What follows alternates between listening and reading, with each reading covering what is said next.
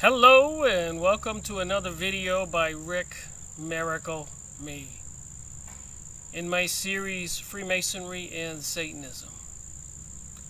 Lordy, it's been a long road. I made my first video on September 22nd, 2013 in the Freemasonry and Satanism series. Under the Rick Miracle channel, I actually started posting videos on sky spraying of chemicals in the sky sometimes in, I think August in 2011. I got a notice from YouTube with balloons and fireworks congratulating me. I think it was August 2018 as a anniversary date for so many years. How many years would that be since 2011? 12, 13, 14, 15, 16, 17, 18. 7 years. And 5 years of the Freemasonry and Satanism series. So this video will be part 2 of the very first book. I made a Freemasonry and Satanism series book review about the Freemasonic edition of the Holy Bible. I've learned a lot since then, as I suspect anybody who was researching continuously for 14 years, since 2005. When I had a big 0 birthday, I went down to Costa Rica, sat at a tiki bar on the Pacific Ocean. First time and the only time I've seen the Pacific Ocean. That's quite the experience. But those people, and I was the only American sitting at that tiki bar drinking an El Presidente beer, that they felt sorry for we Americans. We didn't know what was going on in the world. And think about that. As a nation, we're a relatively young nation. I mean, the history over there in the Middle East, which has been bombed and destroyed to smithereens since 9/11 and before. They took quite a beating in World War I and World War II, and even from 1000 to 1300, 300 years, 8 crusades, generally speaking, slaughtering every man, woman, and child in all of the cities and castles by the Crusades coming out of the Vatican and the kings and queens all over Europe. Why was that? And generally speaking, the financiers and the procurers of supplies and advisors to the kings and queens and princes in the Vatican were Kabbalistic Jewish people known as the Magi, magicians, which have been accused generally over the years, accused of sorcery. So what is sorcery? And so when I read from the Freemasonic Bible, I want to read about the description in the beginning of it in the Freemasonic section of the Holy Bible. Generally talking about King Solomon's temple, and strangely enough, that's a huge part of the story in reality, part of some religion, New World Utopia, Global World Order, New Age, New World Order. They say kind of ugly things about the rest of us. The Masons and other cults call us profane. If you don't know what that means, please go look it up. Many Jews throughout history, and even in the J-Post, the most popular newspaper in Jerusalem, Israel today, call us goyim, which means cattle. Remember that. They think we're cattle. Beast. So anyways, when I go back to the Knights Templar, I got some pictures here I want to look at before I start the story. It's a very interesting story. what do the Freemasons, Knights Templar, the Illuminati, the Zionists, President Donald Trump, and all the other mystery cults have to do with King Solomon's Temple and the Ark of the Covenant and other sacred symbols? Apparently, everything. I know my videos can be insightful. They can be informative. And sometimes they're just information, background, so that when you talk about something else, it makes sense. So you gotta have the good with the bad. Everything can't just be hatred and insightful and getting people riled up.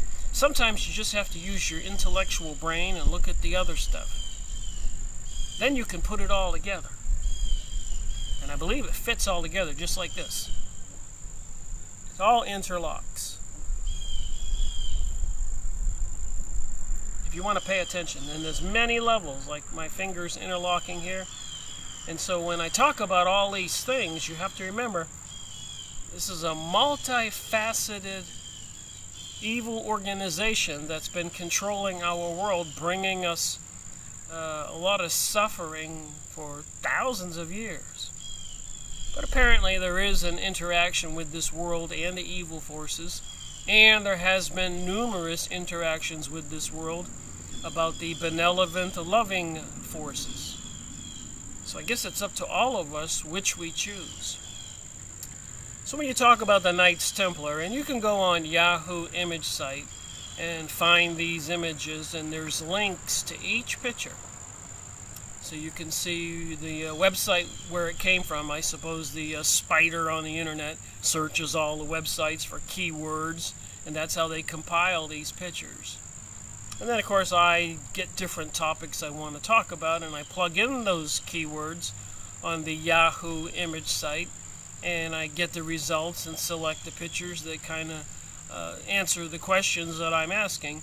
Then I go to the local pharmacy and print them out so I can use them as props in these videos I make.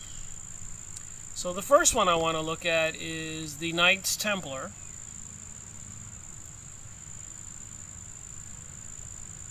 And apparently they're meetings, and in the hovering in the background looks like the devil.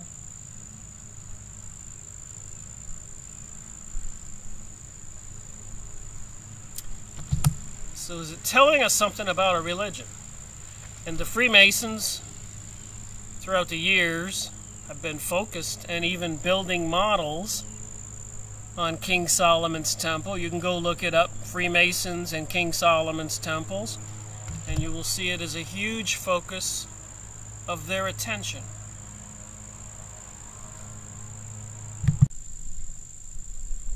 Continuing on, as you can see, it's a beautiful day here in the mountains of North Carolina. Continuing on, so a lot of the pictures you will notice of the Freemason temples, the two columns and the bird with the double head and the pyramid and the crown and the wings. What does it all mean? Always notice the two columns, and that's mentioned in the design of King Solomon's Temple, the checkered floor. And I remember a couple years ago when I checked out Donald Trump in his mansion in New York, his condo in one of the tall buildings.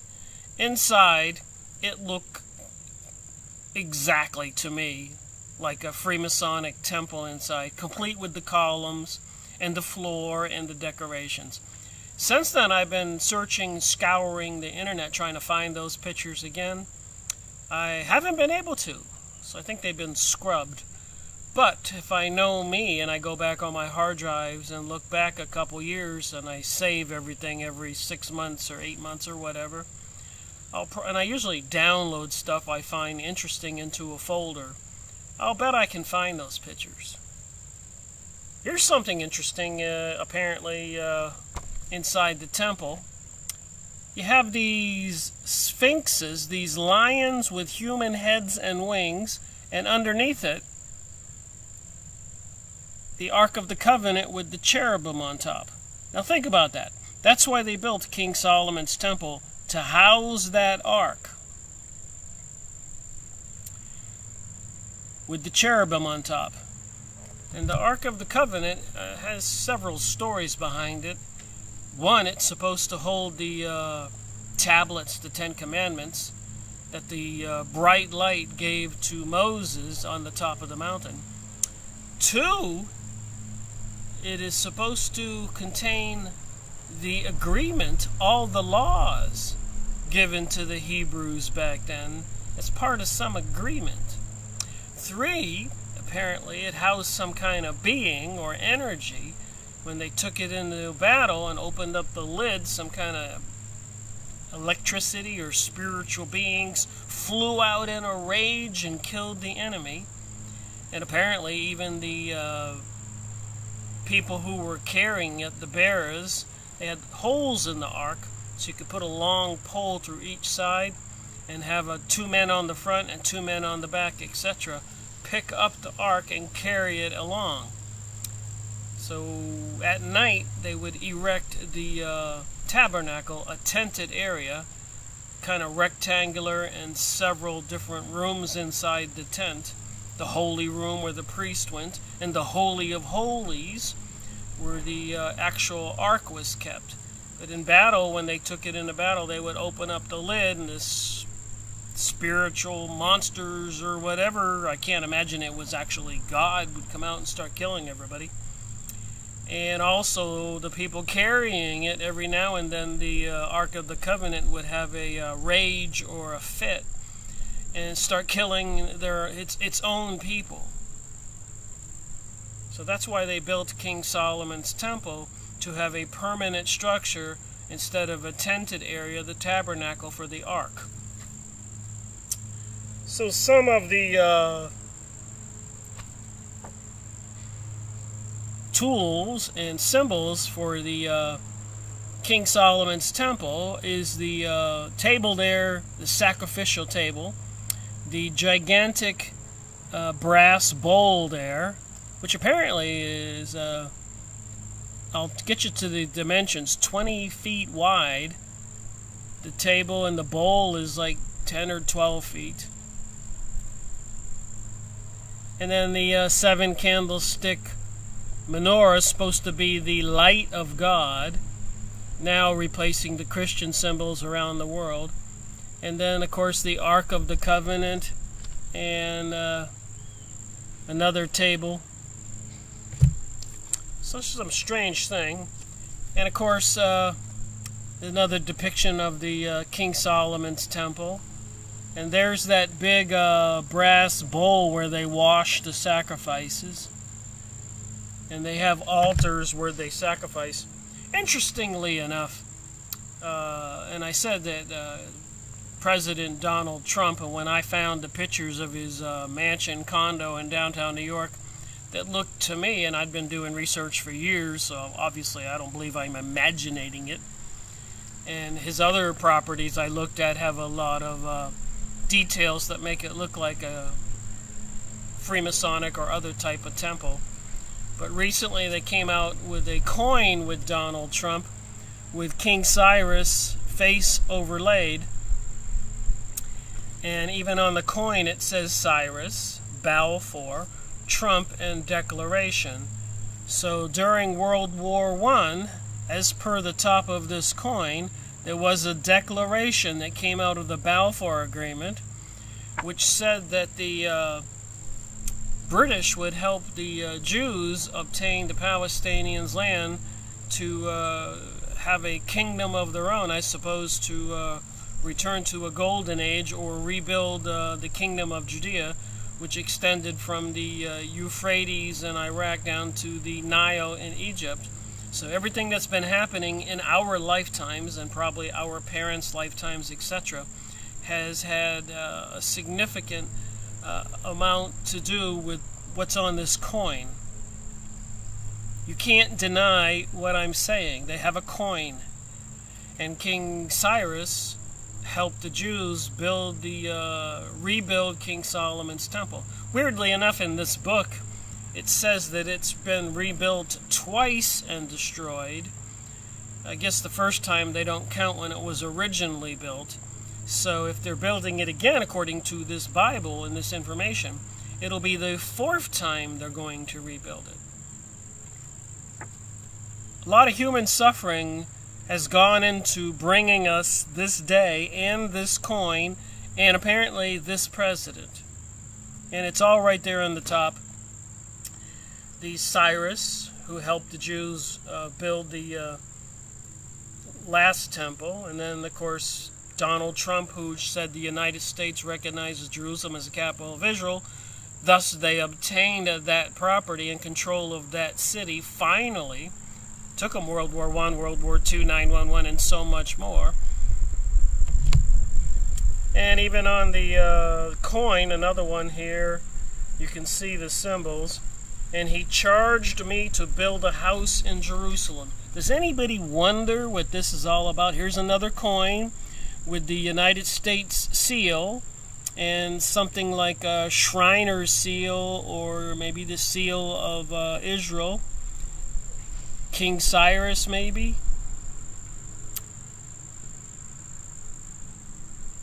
Does anybody doubt what this is all about?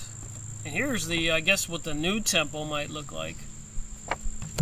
Now remember, this is also in the Freemasonic edition of the Holy Bible. Does anybody doubt what all this is about? And apparently the dove has a huge significance I recently discovered in the Freemasonic Bible. Something to do with spiritual entities.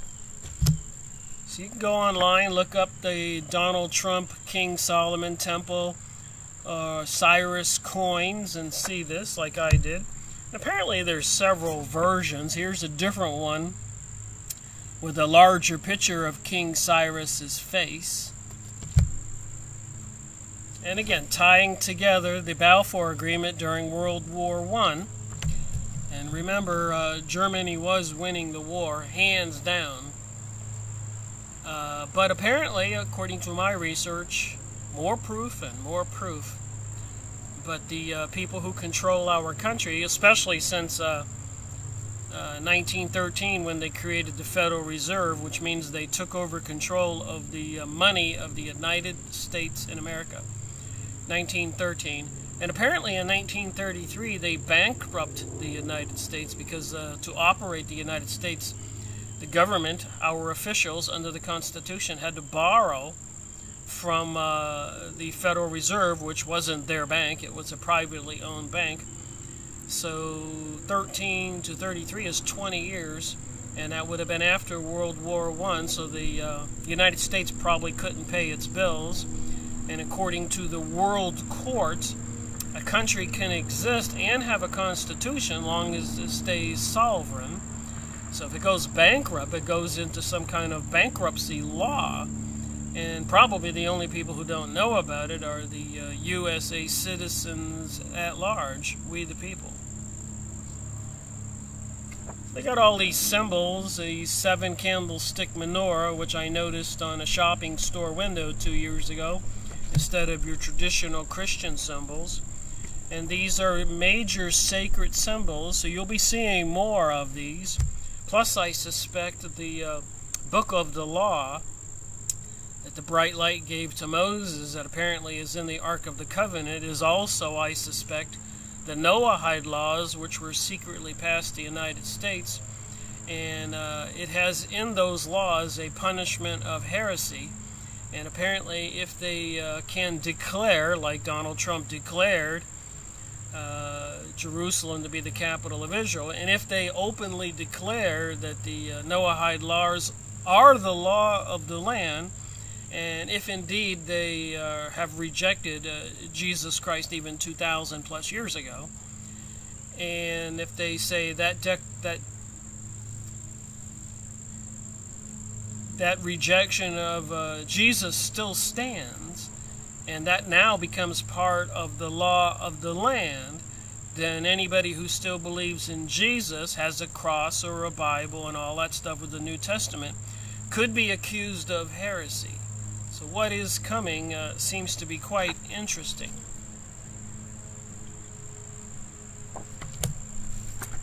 So I went on Yahoo image site and get links to these pictures.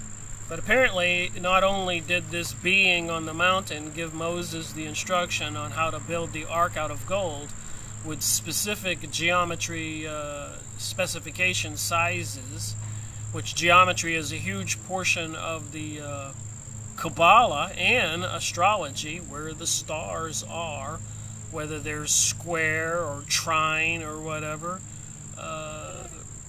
ascending, retrograde, all these words, it's all geometry. The Kabbalah is geometry. Magic is geometry. The witches have a star inside a circle.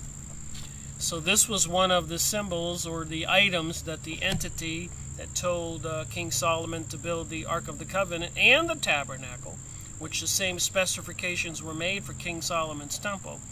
The being told Moses to build this candlestick thing, which was supposed to be the light of God. Get it? The light, the candle, representing the 7 planets at the time, the zodiac, astrology, geometry, Kabbalah, also the foundation of witchcraft, Satanism. Even the Star of David, which apparently is the Star of Rephaim, which is another demon, apparently. And so it isn't just the Illuminati and the Freemasons.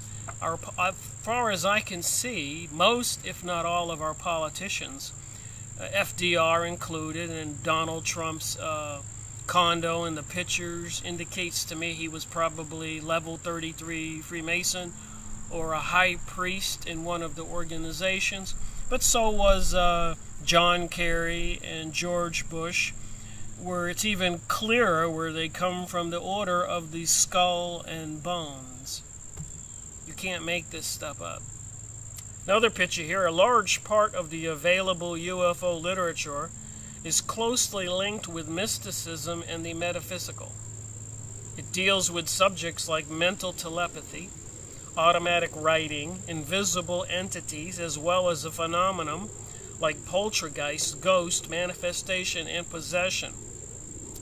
Many of the UFO reports now being published in the popular press recount alleged incidences that are strikingly similar to demonic possession and psychic phenomenon. And that would have been Lynn K2, UFOs and Related Subjects, his book, prepared under the AFOSR project order. Another thing on this little card, UFO behavior is more akin to magic than to physics as we know it. The modern UFO nauts and the demons of past days are probably identical. Dr. Perry Gurin, UFO manifestation seems to be by and large merely minor variations of the age-old demological phenomenon. John Keel, UFOs, Operation Trojan Horse. So the whole UFO alien thing that you're paying attention to is Operation Trojan Horse. You know what the Trojan Horse is, correct? And apparently now we have a black pope because the Francis was a Jesuit, and apparently they have been the military assassin arm of the church, created by Ignatius Loyola, who apparently was a Jewish person converted to Christianity by force from the church, called a converso. So they converted, converso, also called a Marano, and they wound up being more dangerous to the church than the openly Jewish people. And during the Inquisitions, it wasn't the Jewish people who were a part of that being tortured and killed. It was the conversos, the Marinos, because they were suspected of continuing to practice Judaism, and the only thing I can suspect is they were practicing black magic by my evidence. And all these pictures tell the story the Bohemian Grove in California, the Bilderberg groups, all these secret societies swearing on a Bible the threat of death if they divulge the secrets and the goings-on. Who are these people? Why are they predominantly all of our politicians and leaders of major corporations? And when I started this whole picture show here, I showed you this picture that was in the temple.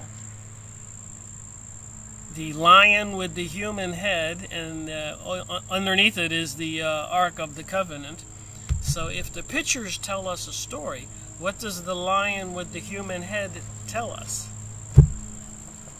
So I went and looked up, because when one gentleman, and I'll be going over his testimony on the next video or the next one, when he was sent a letter in the mail, I think his name is John Swift, I'll have to get that.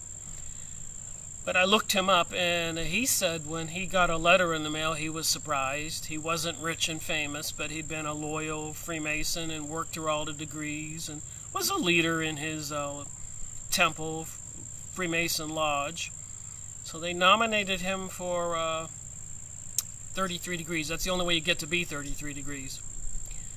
And you have to go to Washington, D.C. and go through a ceremony, which he describes in detail, even drinking wine out of an upside-down skull. Get it? Skull? Skull and bones? Starts to begin to tell us a story, what we're dealing with. You know, I take this stuff very slowly. Examine it in the minutest details. So I did look up, because when he went to Washington, D.C. to get his 33 degree, the first thing he noticed on each side were these sphinxes, lions' bodies with female heads and breasts. I said to myself, what does that mean? So they have all these statues all over the world with the female and the breast and the lion's paws and the wings. You're not going to believe what I found. Quite astonishing. The Sphinx is a monster found in Greek mythology who happens to be one of the few female monsters. She is powerful and very intelligent, and she takes pleasure in tricking men with her riddles. Although Oedipus is the only man who is able to solve her riddle, the Sphinx reveals the power that women have in the world. So even in King Solomon's temple is the Sphinx, the lion with the human head, which apparently is a demonic monster. And when you get your 33 degree, you go see the one with the female head. And they're all over the world, and on ancient buildings and motels, hotels in Paris, and government buildings. And I continue to look up some of these and read what they're about. And also I went into my huge big encyclopedia on mythology and other books, but they have these women with wings and lion bodies, a sphinx. And I looked up the information on this picture on Yahoo image site. Was a mythical monster which had the head of a human and the body of a lion. Sphinxes also appeared in Egyptian mythology. They are a number of deadly mythological creatures in different cultures around the world. Wow. So in King Solomon's temple, they have this deadly mythological creature.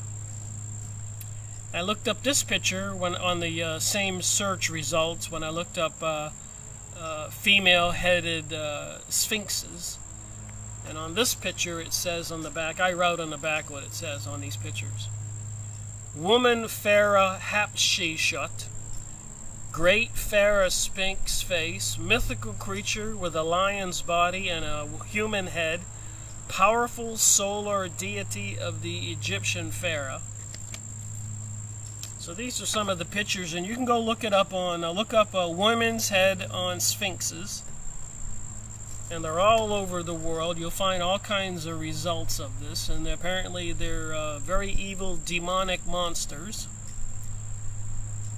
And they're also guards. That's why they have them in front of the Freemasonic Lodge in Washington, D.C. There was another picture that showed up. This looks like some kind of gray alien. When I looked up the female-headed sphinxes, I was wondering about this in Egyptian garb.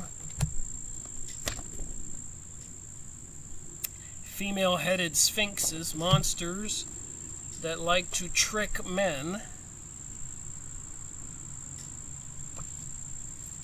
And that's in front of the Freemasonic temple in Washington, D.C. And of course, the huge sphinx in Egypt apparently is a mythological demonic entity meant to guard something.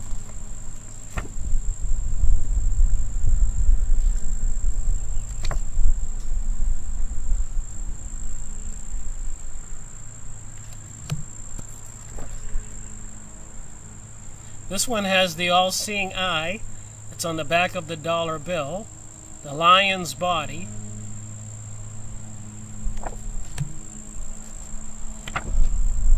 So slowly but surely, I'm figuring this whole thing out. To some degree. I'm sure I'll never figure it all out.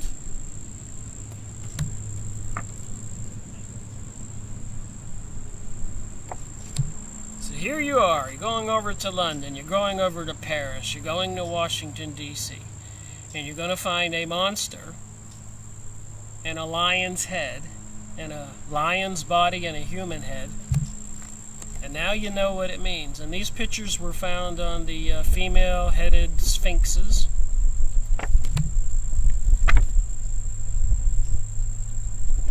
And I did look it up in numerous books I have on Egyptian symbols and mythology. It's always an evil monster, and sometimes placed in long rows in front of Egyptian temples as guards. So you're approaching a pyramid or an ancient Egyptian temple, you're going to have a long row of these sphinxes on each side. And they're evil female demonic entities. Very vicious.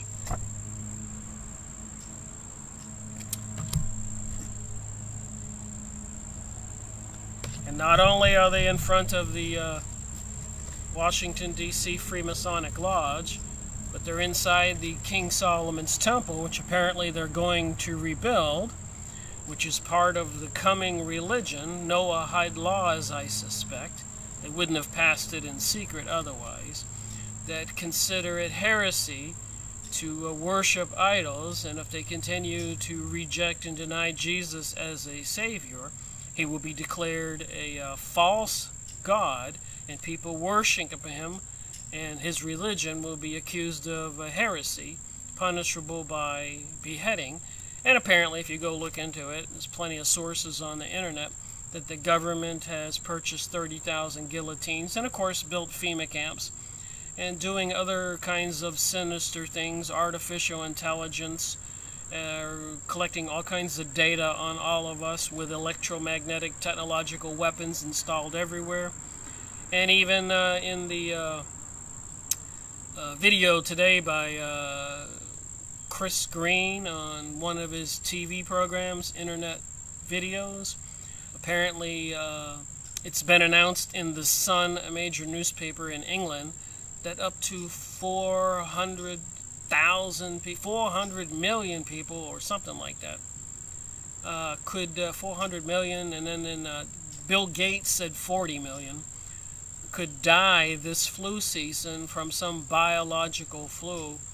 So we don't know what they're going to do, when they're going to do it, but apparently if you go look up 400 million killed due to flu, biological weapon, you'll see that that's current, and even Chris Green was saying it on his TV internet channel, and apparently Bill Gates said it, so if you look it up.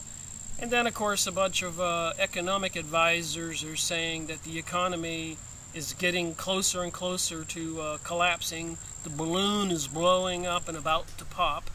So they have many tools, resources available to them to bring down the system, which would bring about some emergency laws and make some declarations like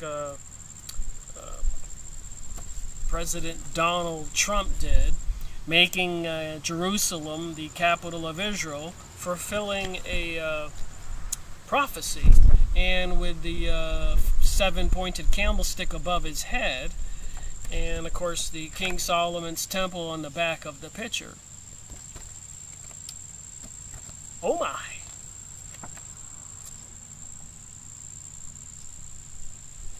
And none of this is meant to install fear. I feel if you're comfortable with yourself and you believe in God and you recognize what's going on and you want to have a little chat with God and say, show me the way. And of course in the Bible it says, seek and ye shall find. And Jesus said in his teachings that he who believes in me shall be saved. Of course you need to be sincere about it. You can't go out and do evil things after you say, I believe that Jesus was real and they crucified him, because he was a spiritual emissary, a prophet, the Savior, the Son of God, whatever, from the other side. And even Jesus said to some of the Jews, the Pharisees and rabbi leaders, ye are of your father the serpent. And even in Revelation 2.9, 3.9, it says, I know who you are, Jews who call yourselves Jews but are not. So being Jewish, this is another important thing, is not a race of people like the Mayans or the Hopi Indians or white people from Germany or Ireland or black people from Africa. That's race. Indians, Chinese, race. Being Jewish is a religion. That's why Donald Trump's son married a Jewish woman, and he's converting to Judaism. His daughter married a Jewish man, and she's converting to Judaism. So apparently they're looking in President Donald Trump's background, trying to find a direct link in his family tree to King David. So maybe there's some stories about Baron Trump, and so this could be just part of the biblical lineage of King David fulfilling some prophecy. So even many Jews gave up Judaism and became Christians. So Judaism is a religion, and of course the question is, with these demonic monsters, even in King Solomon's temple and in front of the Freemasonic building in Washington, D.C., and all the research, and I did a lot of it for several days to convince myself, who is this character, this female-headed sphinx on the building in Washington, D.C., when people go get their 33 degree, and presidents like Roosevelt and so many others, Wilson, and apparently, clearly, President George Bush Jr., John Kerry, Donald Trump in his condo, and his face on the coin, and his family. We're dealing with the people of the Jewish religion who apparently want this demon in their temple, and the box down below, which has this entity in it. Well, I did go through a bit of research trying to find out what that character was sitting on top of the temple entrance when Jim Shaw, who wrote a book called The Deadly Deception,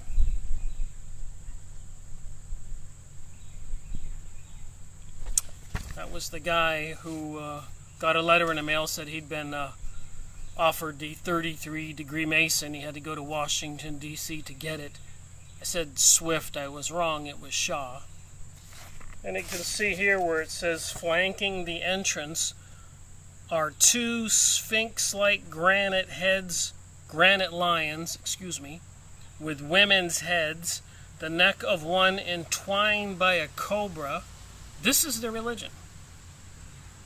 And decorated with the Ankh, the Egyptian symbol of life and deity.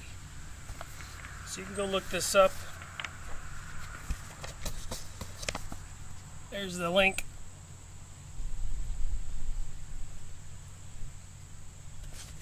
So I went to try to buy his book. I couldn't find it, or it was too expensive for me. The Deadly Deception. So I'll probably read from this document on one of those messages from Rick Miracle videos I've been making. And also I've made videos on the Freemason magazine, ironically named The New Age. You think there's a connection, New Age? With the double-headed eagle, the 2 columns, even in President Donald Trump's condo mansion downtown New York. And on the bottom, the lion's feet with the human head and the Ankh, the symbol for their deity, and a naked woman. Lion's feet, so these demon monsters, and of course the triangle with fraternity, that would be all these mystery cults, and they want equality and liberty. It's not equality and liberty for you and me. They deceive everybody with this revolutionary talk. Their pictures here are saying everything. So when the gentleman, Jim Shaw, who wrote the book, The Deadly Deception, went to get his degree, and weirdly enough, he'd been seeing an orthopedic doctor who was apparently a Christian, and the Christian doctor kept telling him things about Christianity. So when he went to get his degree, he was more aware, because he had never heard the things his Christian orthopedic doctor was telling him. That's why they have to destroy Christianity. It contradicts their religion. There's the temples on another Freemasonic Scottish Rite magazine called The New Age. And they're in all of our major cities and small towns, all kinds of organizations. And I did look up the Sphinx in here, Egyptian temples, and apparently in a lot of these temples, when you're walking up to the temple, the old ruins, you can see the columns here, there were sphinxes, lions' bodies and human heads lining it, protecting the temple. I did look it up on some other sites.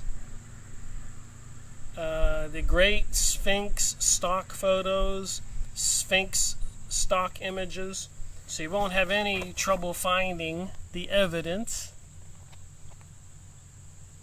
of what these sphinxes are. Evil demon monsters.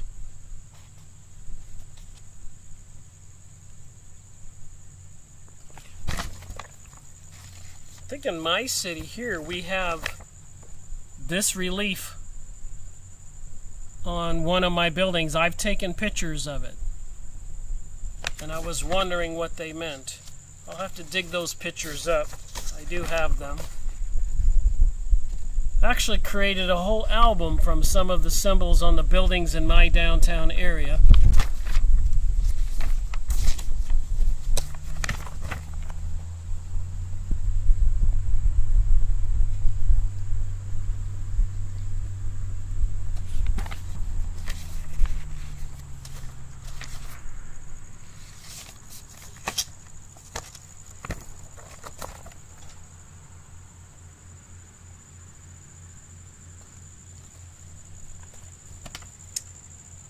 And here you see the picture in this huge book I have. I have a lot of books like this. Mythology, myths, legends, and fantasies. Apparently they're not fantasies. It's going to be the law of the land. So here's a 3-headed. I guess it has 1 head. Some of them have 3 heads, which is some kind of Babylonian religion. Like in Christianity, we call it the Father, Son, and the Holy Ghost.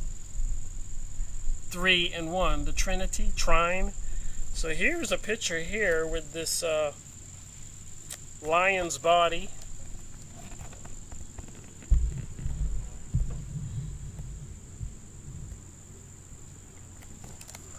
And in this big thick book, detail from a crater showing Oedipus and the Sphinx attributed to the painting of the birth of Dionysus.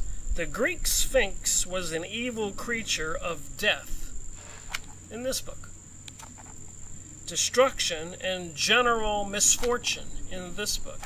and obviously in front of the Freemasonic Lodge in Washington, D.C., according to Jim Shaw, and that picture of the New Age magazine. So their symbol, if they have a religion, is evil creature of death, destruction, and general misfortune. She struck fear into the hearts of everyone.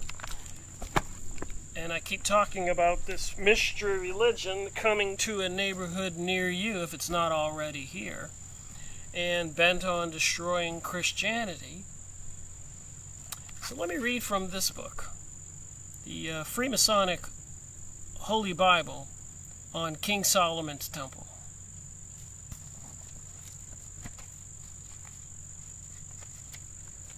Some of the pictures in this book, I'm not quite sure if this is King Solomon's Temple or the Temple of Babylon, and if there is even a difference. And I am reading a book called The Two Babylons. And apparently the Armageddon, or the destruction of the world, is supposed to come out of the whore of Babylon, the second Babylon. And there's two themes of thought out there, people thinking different ideas. One of them is that Rome, with the 7 hills, is the second Babylon, and the other one wants to say, a lot of people are saying that it's America who's the whore of Babylon. So is that why they're trying to bring us all of this decadent activity and religion to this country and destroy Christianity and maybe the world? So you got this Tower of Babylon, or King Solomon's Temple, and the Ark of the Covenant, and the sun god, the sun's rays behind the Freemasonic symbol.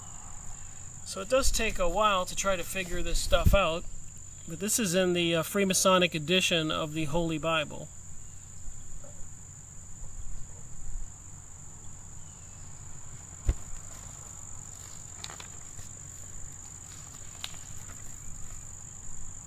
And of course the 2 columns. There's a 3 candlestick holder, and the place where the initiate kneels down and swears on a Bible under threat of death if he divulges the secrets, the Holy Bible and King Solomon's Temple and Masonry.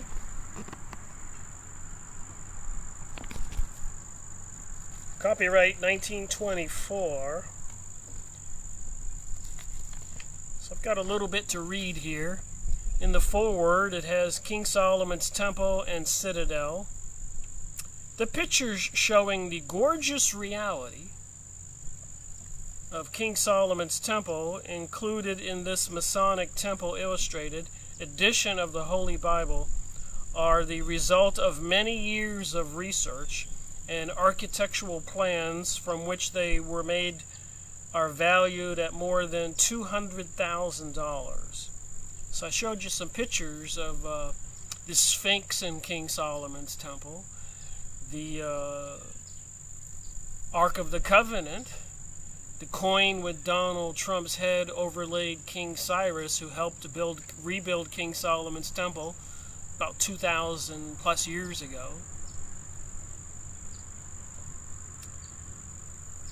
The treatise on the Bible and King Solomon's Temple and Masonry, with accompanying pictures, a distillation of the best work of 2 centuries of Masonic writers.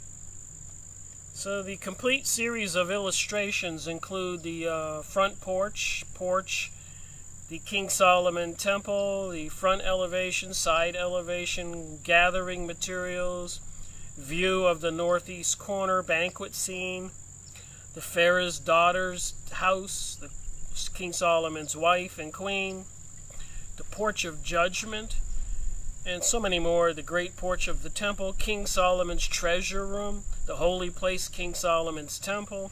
Remember, this is going to be the religion of the land, so it might behoove people to figure out what it is they're talking about. So I'm going to try to minimize the time on this by just reading my highlighted portions in this book to kind of verify some of the things I've mentioned before. I like people to know where I got the information from. And again, in September 22nd, 2013, my very first video on Freemasonry and Satanism was this book. And I just republished the revised edition a few days ago to kind of commemorate September 22nd, finishing 5 years of doing this. Today is September 23rd. Maybe the beginning of 5 more years, if we have that long. But according to even the Bible itself, nobody's supposed to know the day or the hour. It is known to every reader of the Bible and student of Solomon's days that an amazingly detailed description of the temple and its associated structures has been carried down from the mist of antiquity by the scriptures. And moving ahead here, notwithstanding the universal interest in King Solomon's temple. I didn't know we had a universal interest in King Solomon's temple. A fascination which has created innumerable legends and romances during the intervening centuries. From all I know is first the Babylonians destroyed it, and then the Romans destroyed it, the Romans. And the Jews have been dispersed, the diaspora, for 2,000 years. And have been exiled, banished, persecuted, prosecuted, and massacred in hundreds of different countries and locations all over the world for 2,000 years. Even Ulysses Grant, a general for the South in the United States, between the war... Ulysses Grant, he was a general for the North, I believe. Between the war between the North and South, the Civil War, the Jews were barred from the Tennessee territories, which included Tennessee, Kansas, Missouri. It was a big territory before it was a state. So when it says some of these exclamatory things like universal interest, innumerable legends and romances, how many of us have ever heard about these things? But in their minds, I suppose these things are true. So we should take it that serious. The incredible fact remains that no scientific effort to restore the temple was made until John Wesley Kelchner, archaeologist, Bible student, lecturer, began 30 years ago to make his real vision of the spiritual description. Moving down here, and I'm not reading everything. I got this online. You can look up Freemason Holy Bible and get it for a few dollars online. And that happened by accident, even Morals and Dogma. They never intended for these books to fall into the profane's hands, showing that the Freemasons are directly linked to King Solomon's temple. That would be Israel today, and 911 and World War I and World War II, destroying the Ottoman Empire that controlled the Middle East, who wouldn't let the Zionist Jewish people and all these Freemason and other mystery cult religion people, i.e. generally called Luciferians or people into the satanic religion with these demonic sphinx monsters and all these other symbols. And even in the Encyclopedia Judaica, the people practicing the Kabbalah, whatever that religion was that ticked off the church in the 1500s and caused all the Jews in Spain to convert, called conversos or Moranos. And if they were doing activity, practicing their Jewish religion, which I assume was the Kabbalah, and many of them were accused of sorcery, the Pope called Ignatius Loyola, and maybe some other conversos, Moranos, converted crypto-Jews, to the Vatican. Apparently a deal was made, and out walked Ignatius Loyola, forming the group called the Jesuits, the Society of Jesus. So it isn't a pro-Jesus society, and apparently they agreed to be the assassins and the strong arm of the church, particularly probably bent on and made an agreement to destroy the Protestants, a reformed Christian religion that opposed Rome's rule. Who knows what kind of deal they made? But apparently a deal was made. I had a bug flying near me here, hovering there trying to listen. So after Moses, after receiving the designs of the temple,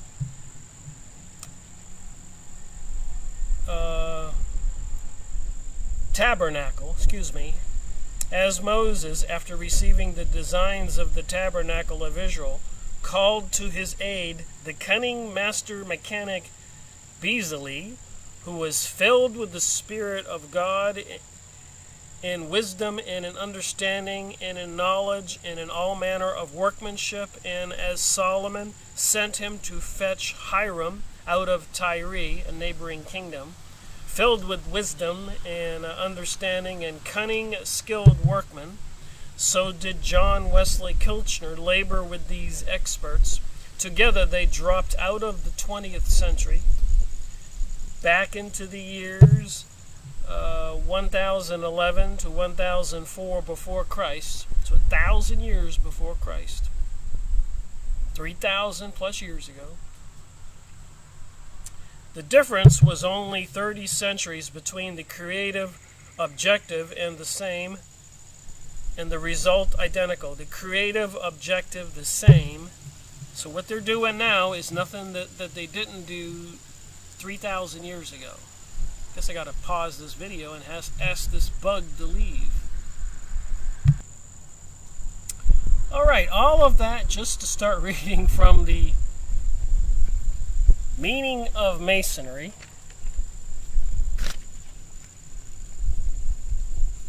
And the information about King Solomon's Temple. So the Masonic Creed, the Holy Bible is the great light in Masonry, and the rule and guide for faith and practice. Man is immortal. Character determines destiny. Love of man is next to love of God, man's first duty. Prayer, communion of man with God is helpful. And I will say this repeatedly, we're going to find deception and lies in this material, which even Albert Pike says later on in other material, that the lower level people are deceived. So to recruits, this is what they would be hearing. The Masonic teaching, I'm only rereading my highlighted portions to try to save some time. You can get this book on Abe used books, abebooks.com or cheapbooks.com or Alibis, and many used book sites. And like I was saying earlier, they didn't intend these to fall into people's hands, Morals and Dogma, or these books or other books. But the way the world works right now, when people die, a lot of times if they have a lot of stuff in their estate, their belongings, that goes to some kind of auction, and people with used bookstores buy up everything and put them on the internet. There used to be just used bookstores where you could get stuff like this. But now with the internet, this stuff is accessible to almost anybody. Alright, so it says here to support the government and calculate morality, promote learning, love man, fear God, implore his mercy, and hope for happiness. Well, there are many cases where what they do and what they say they do are just the opposite of that. The meaning of Masonry, page 3 here. In all the rich symbolism of ancient craft masonry, two symbols or symbolic themes predominate. One is the search for light. The other is the labor of building. The source of light is the Holy Bible. And it says in this book, towards the end here,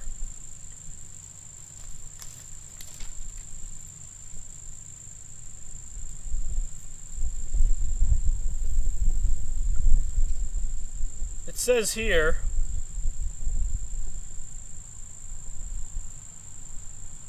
that they are to study the religion of the land where they come from,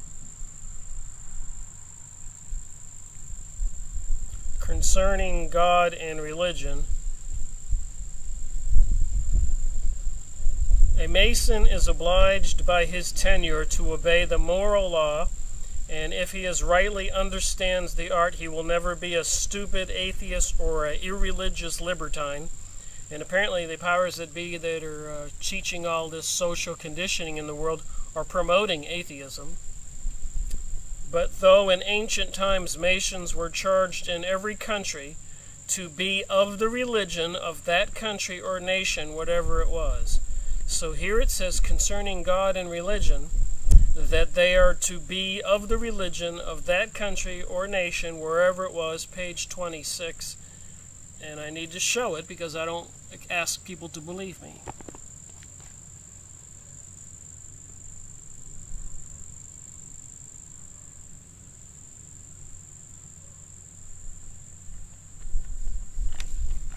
So going back to the beginning, when I talk about deception,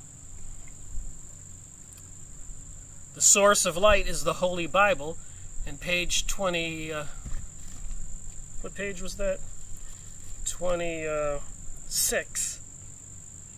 It did not say that. It says whatever nation you're in, you're supposed to believe in that religion and that law of the land. But on the front it starts out, but this is the Christian one, so I'm sure the ones they probably have in Hindu or Chinese or Muslim countries, it says that the Quran is probably the light, or the Islamic religious book is the light, or the Buddhist book is the light.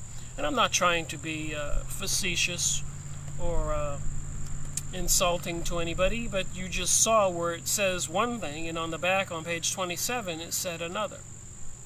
Now pay attention to these little details. And I've, of course, done a lot of work, and we all saw the Sphinx, the evil monster of destruction,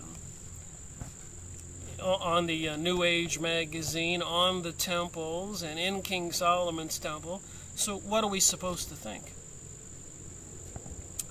So it's in this book it says the source of light is the Holy Bible, and the grand representation of the Bible's art is King Solomon's temple. And remember, of course, in the Holy Bible there is the Old Testament and the New Testament. And according to one person who answered one of my comments or something I had read over the years, I have a unique memory for remembering little things, but a Jewish person clearly pointed out the Old Testament applies to the Jews of today, and the New Testament does not apply to them. The New Testament applies to the rest of us. And apparently they're trying to deny the reality and the belief in Jesus Christ, Christianity, and eventually it seems like it will be outlawed and banned because of the secret passage in the United States that the Noahide laws are the law of the land. So the Old Testament will be the religion of the land, and it's apparently quite a horrific religion, even with their book called the Talmud, and the information I've been reading in the book of the Zohar. And apparently part of the good Bible for good Orthodox God-believing Jews is the Torah. And apparently there aren't a whole lot of Torah rabbis or Jews anymore. And the original Jews were called shepherdetics, shepherds. And the bulk of the Jews running the world today are Ashkenazis, which are white people from the north, next to Mongolia, apparently white Oriental. Next to Mongolia, which produced Genghis Khan, who slaughtered gazillions of people all over the Orient and Eastern Europe in a very barbaric and vicious way, exclaiming that God had sent him to punish the people because of their sins. So who and what kind of God, and apparently with spiritual entities, would people believe that if some entity came to you and started talking to you in a vision or a dream, like all these channelers and all these other people into witchcraft or the prophets? How do they know they're talking to somebody that's good, not somebody that's evil, like a fallen angel or an unclean spirit that apparently Jesus cast out unclean spirits out of many people? And apparently if you're possessed by these unclean spirits, you get kinds of diseases. So if the unclean spirit is cast out, you return to normal and healthy. Stuff's in the Bible. Just stuff to know. And apparently possession is occurring quite a bit these days, and people who practice the dark religion can easily become possessed, which explains a lot of times I would see some of these popular politicians and other people speaking, and they just didn't seem like they were a normal person. They saw like they're in a trance. And the same thing with a lot of these school shooters, like the guy who did the movie theater shooting. He looked like he was in a trance, and he was under psychiatric care and on medications. So apparently they've been working on mind control and using these mind control technologies to create murderers. And some people are saying there's masses of these programmed people everywhere, waiting for when they pull the trigger for whatever they're going to do. But back to the book. All right.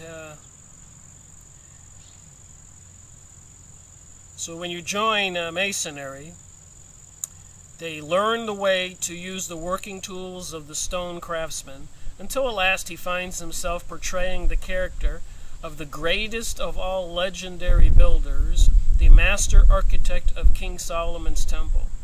Searching and building, light and the temple, the two dominant Masonic themes are distinct but not separate, complementary rather than supplementary.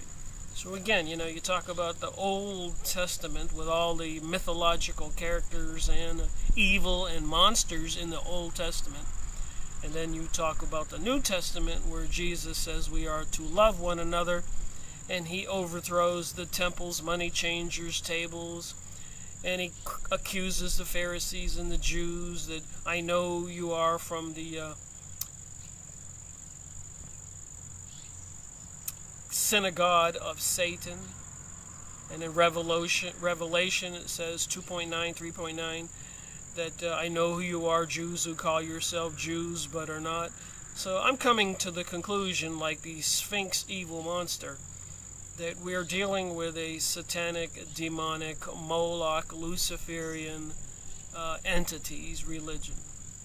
And apparently a lot of people who control our world are into this religion. And the search and the labor are not completed by the candidate within the lodge. Light is revealed, and the sacred source of all light is clearly indicated, but the search for complete illumination must be eternal. The temple in the Masonic ritual is almost, but not quite complete. The allegory rises from a physical to a spiritual temple. A house not made with hands, eternal in the heavens. So a lot of the Freemasonic lodges have declared, after being accused of being some kind of religion, they have repeatedly declared they're not a religion. But reading this, it's clear they are a religion. The question is, what kind of religion?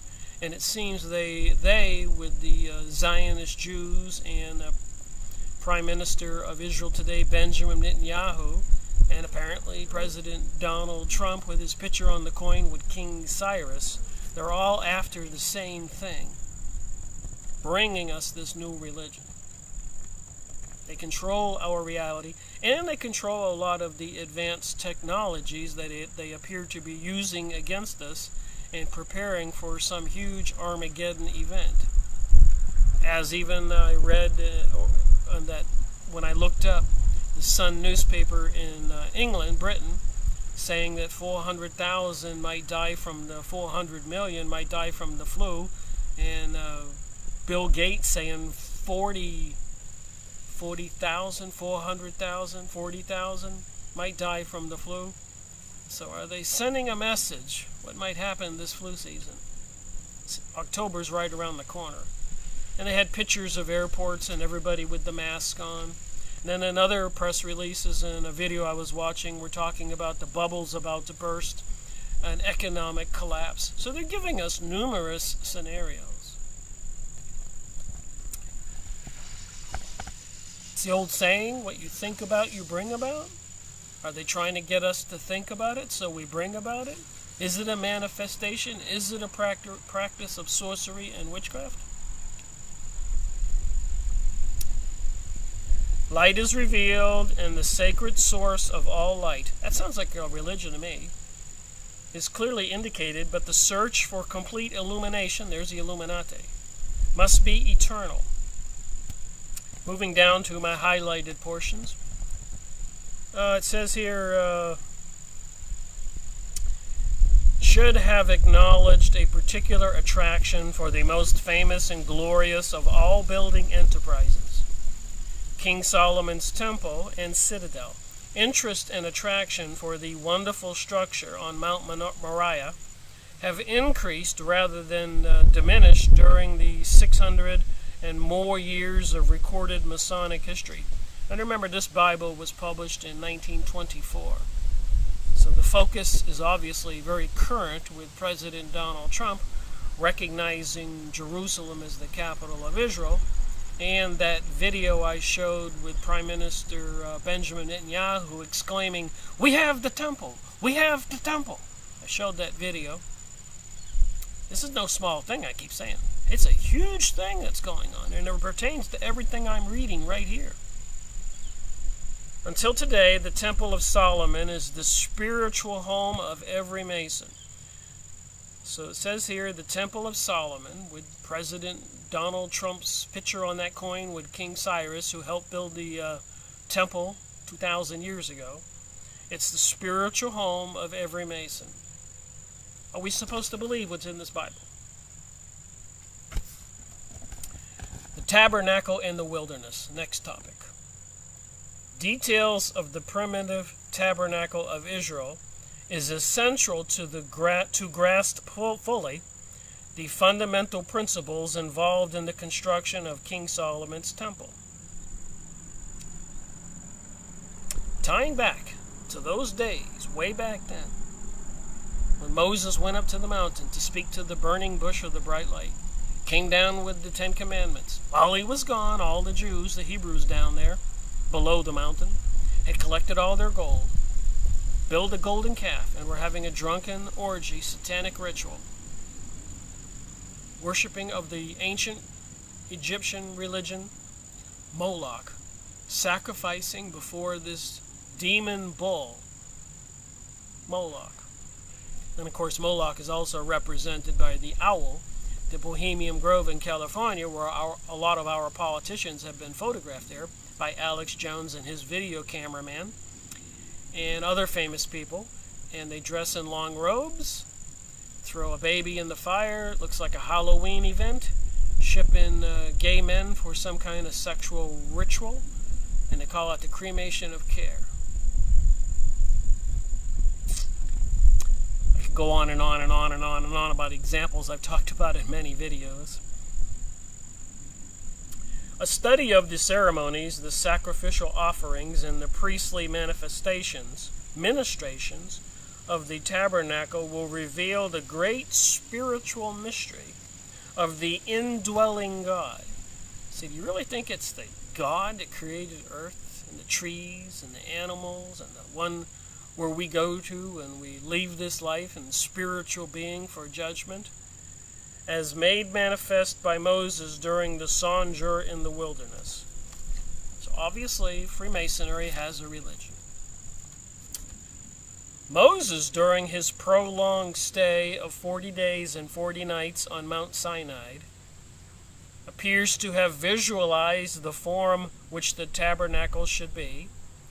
So the book here says he visualized it. Now, I keep talking about even Nikola Tesla and other people having visualizations, hearing, seeing things, dreams. Apparently that's how the spiritual world communicates to some people. The subsequent building of the tabernacle, the system of worship adopted, the structure of government developed by Moses under divine guidance, have inspired his race and impressed the whole of mankind. Well, from what I can see, they intend to depopulate the planet and enslave the bulk of mankind. But again, they're writing this material, not me, so they can embellish for themselves all they want. I have a discerning mind, and I can point out the obvious. Moses chose as his chief architect Bezalel, a direct descendant of Terah, one of the master builders of Ur of the Chaldeans. That would be Babylon.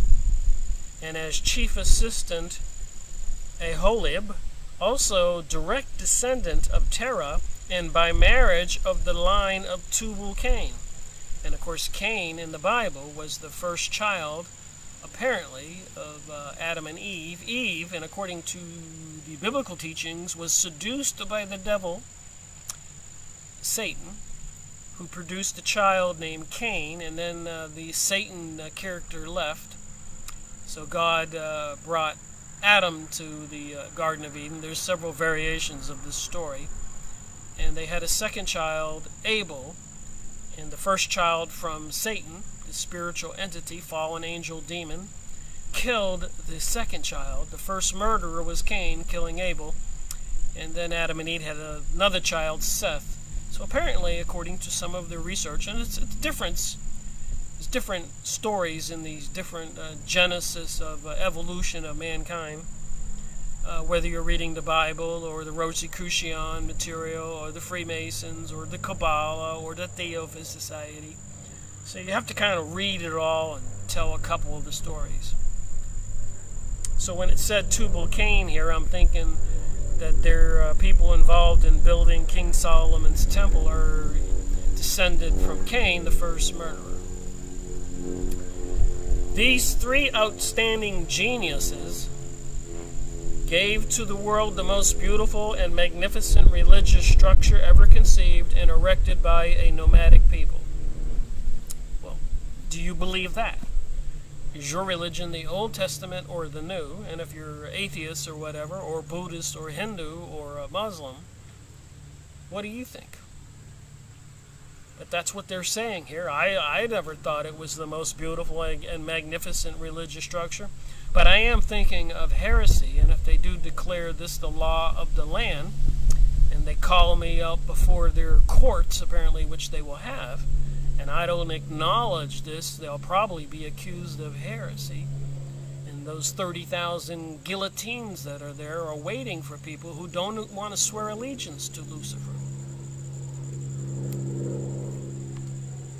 God help me that I never wind up in a situation like that. Jeez Louise. The story is too much to believe. But apparently, you can look it up. Look up 30,000 guillotines. And by the way, I keep looking up things that I actually have in my hand, even like this book. And there are numerous websites discrediting it, saying things like this don't exist. Snoops and many more. So you really have to use discernment. There's a plethora of information out there. I've got a document to show that right out of MIT, Massachusetts Institute of Technology. They were saying that Freemasonry wasn't a religious organization. I think I've proved already that it is. And it's like 10 pages of detailed essay on that.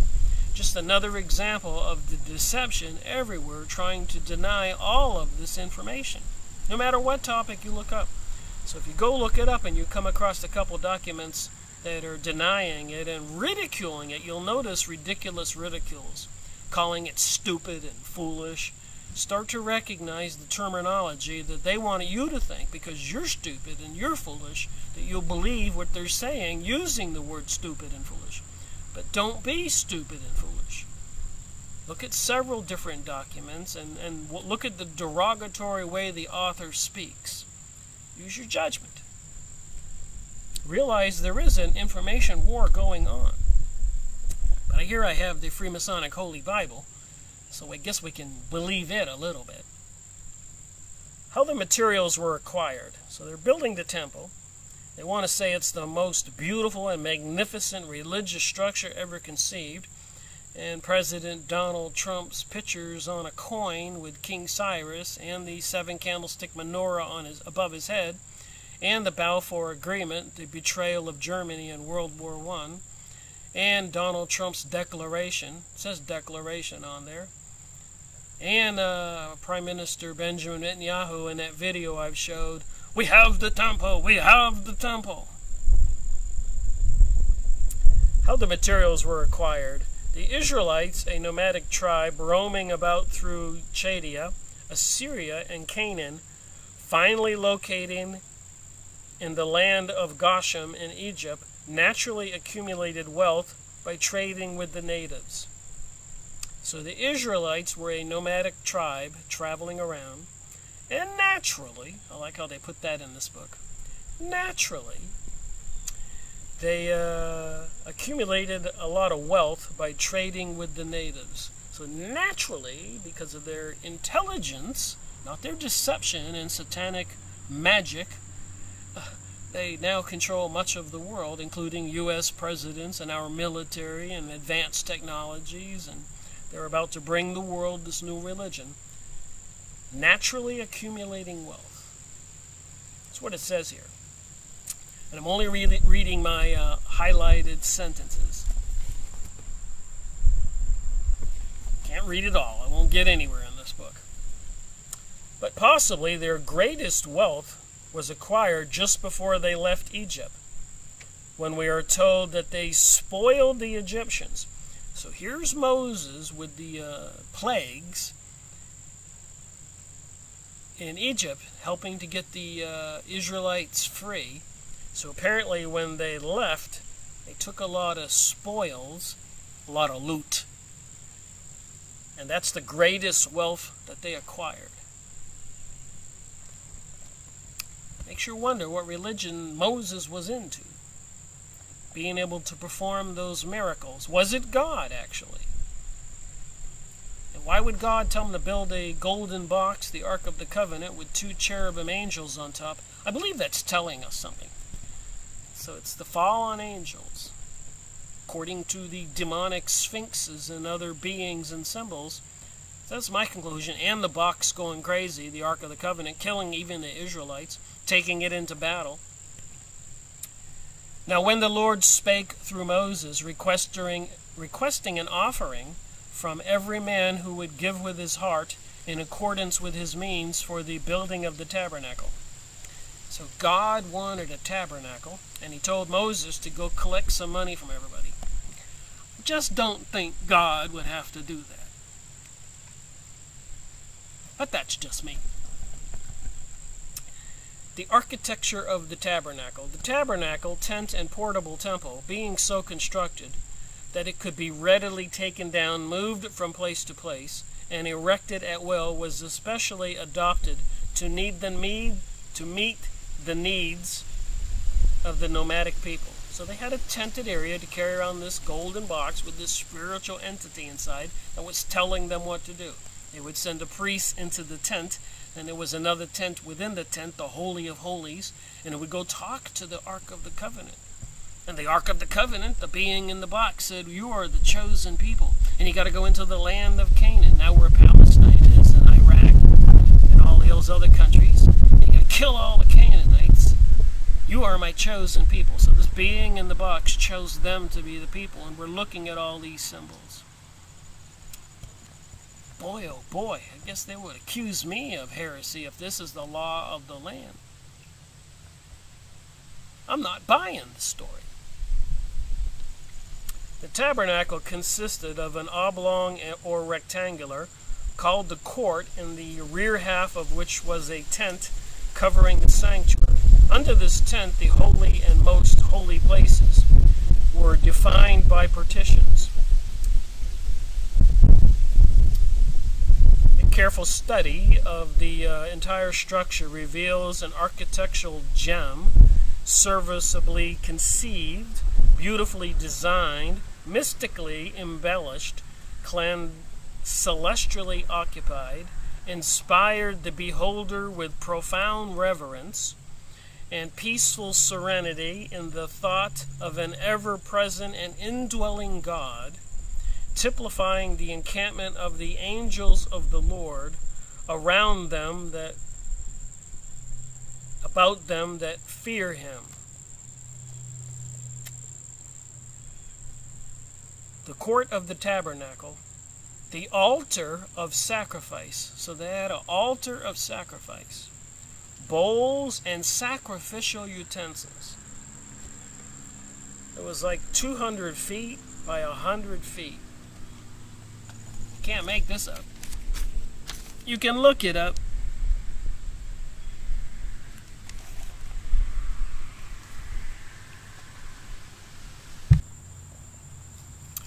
All right, continuing on. Page 6.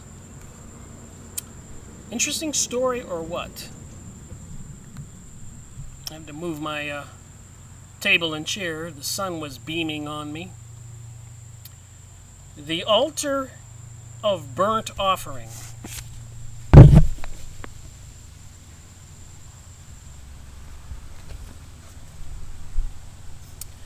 The altar stood in the midst of the eastern half of the oblong court enclosure.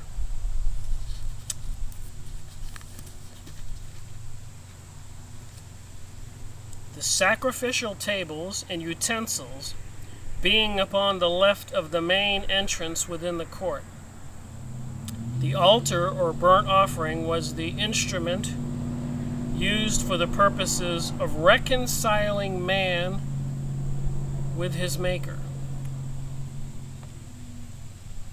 And remember, a lot of the incidences in the world in the past 2,000 years which caused the Jews to be banished or exiled from a country apparently were sacrificial sacrifices involving young boys. There's pictures I've sold that ritual murder by people practicing the Kabbalistic satanic religion. They would sacrifice these young people and put holes in them and drain the blood into pails and use it in some kind of bread, Passover, or drink it, some kind of ritual. This is in plenty of books. I've made videos on these topics. I hate talking about it, but if we're going to find out what we're dealing with, I suppose we have to talk about it. And it says that here in the book, the sacrificial table and utensils. And I'm only reading the highlighted portion, so I'm skipping some stuff. A grating or network of brass, having a ring at each of its four corners, was hung in the middle of the top of the altar. So have you ever seen that Indiana Jones movie where they lower the girl down into the molten lava? It says here a grating, a grate, you know what a grate is, like the grate on the floor where the air conditioning or heat comes up in your home, a grate. A grating or network of brass having ring on each of the four corners. So imagine a huge grate and a ring on all four corners, I suppose, so you could lower it down and raise it up. That's what it says here. Was hung in the middle of the top of the altar. So what are you going to put in this grate? And on it was laid the wood for the fire, which consumed the sacrifice. You can't make this up. On two sides of the altar were rings of brass, through which were laid staves or smitten wood, overlaid with brass to carry it from place to place. The pots, shovels, basins, flesh hooks, and fire pans, as well as all the other vessels and utensils necessary to the service of the altar, were made of brass. And of course they want you to believe they were sacrificing animals with the flesh hooks and the grating that size.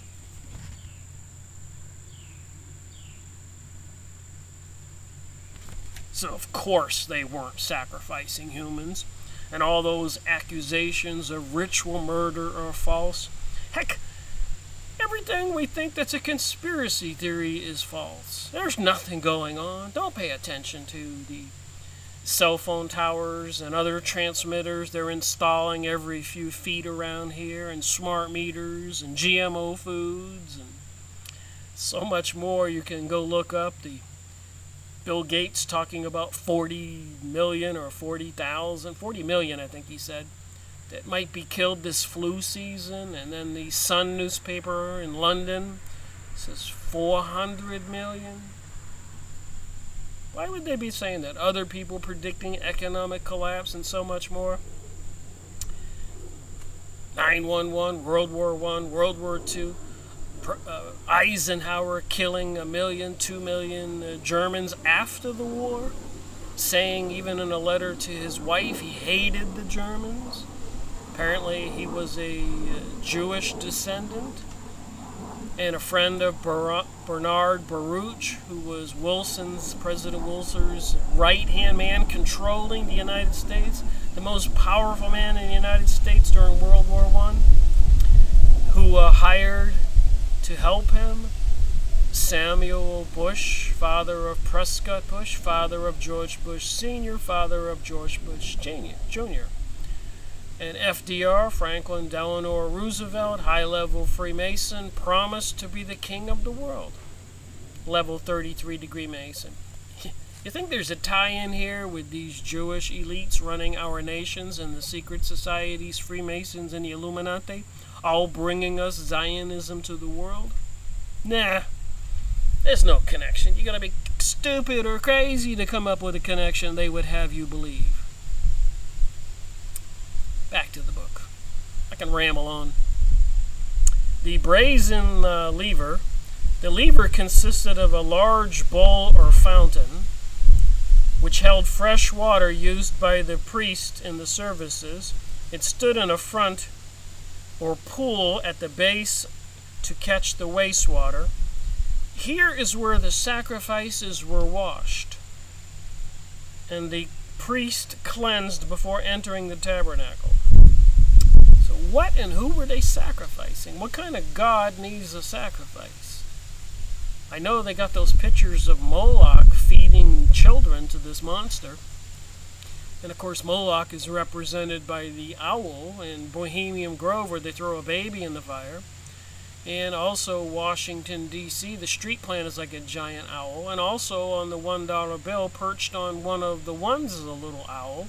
Also during Sandy Hook was one of the journalists held up an owl. One of the Freemasons organizations, the Odd Fellows, has an owl as a symbol. And so much more. They're telling us this Moloch, this thing that they sacrifice humans to, is their deity. The sanctuary in the tabernacle. The sanctuary was erected in the center of the western half of the oblong court enclosure, consisting of two chambers, the holy place and the most holy place. Next page. And I'm skipping a lot of stuff here. I'm only reading what I highlighted, so I can try to get through some of this material and this topic of King Solomon's Temple to make my point. So we're talking about King Solomon's Temple. Figurines of cherubim, angels, in gold formed the canopy for the two sacred rooms. Embroidered with cherubim, angels, I suspect fallen angels, in pure gold. Next page, 8. Altar of incense, which stood in the center, the golden candlestick. I showed you the 7 golden candlesticks. That apparently the menorah is probably going to be the symbol, sacred symbol for this new religion that we now see even on the front house white lawn or in the stores of shopping stores at Christmas time. The golden candlestick. The golden candlestick was made of pure gold and beaten work, with a central shaft ornamented with knobs, flowers, and bowls. There were 6 branches going out of its sides, 3 branches out of one side and 3 out of the other, and of course 1 right through the middle. Moving on to the next one, the table of shewbread, one of the tables in the sanctuary. It contained the Ark of the Covenant, of which were the 2 tablets of stone. Moving on down, and the cherubim upon the walls of polished gold must have produced a weird, startling, awe-inspiring, and overpowering effect upon all those who were ordained to enter this most holy, sacred place. Within this enclosure there was but one article of furniture, and its contents, that is, the Ark of the Covenant, containing the testimony. The Ark of the Covenant was 5 feet by 3 feet by 3 feet.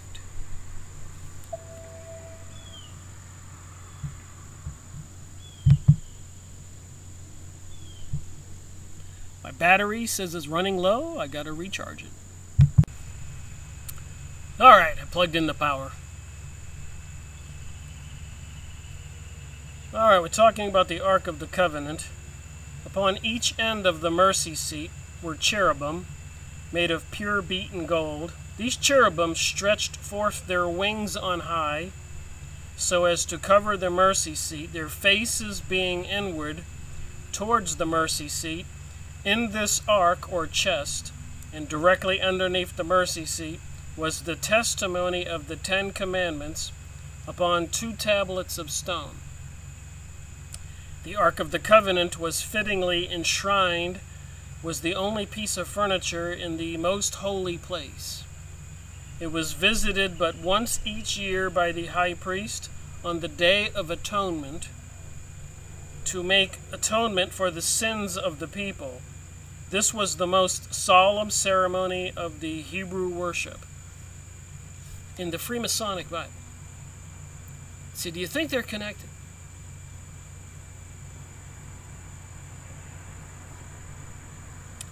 And I know a lot of people will go, oh no, what are you talking about, Rick? Don't believe anything that's in that book, the Freemasonic Bible. They can't be connected. They deny everything. Even the shooting, bombing of the U.S. battleship the Liberty. Involvement in 9/11, Webster Tarpley book, 9/11 synthetic terrorists. So much evidence. But nobody wants to pay attention to the evidence. Who's behind all this plans for a global world order? World War I, World War II, French Revolution. Even YouTube took down only one video of my videos. World Revolution, the Plot Against Civilization by Nestor Webster. And she said who was behind it. Freemasons and high-level Illuminati, Zionist types, the elites. One country. How many presidents have been assassinated? Central America, President John Kennedy, and so many more. The horrible deaths of Libya's president, Iraq's president.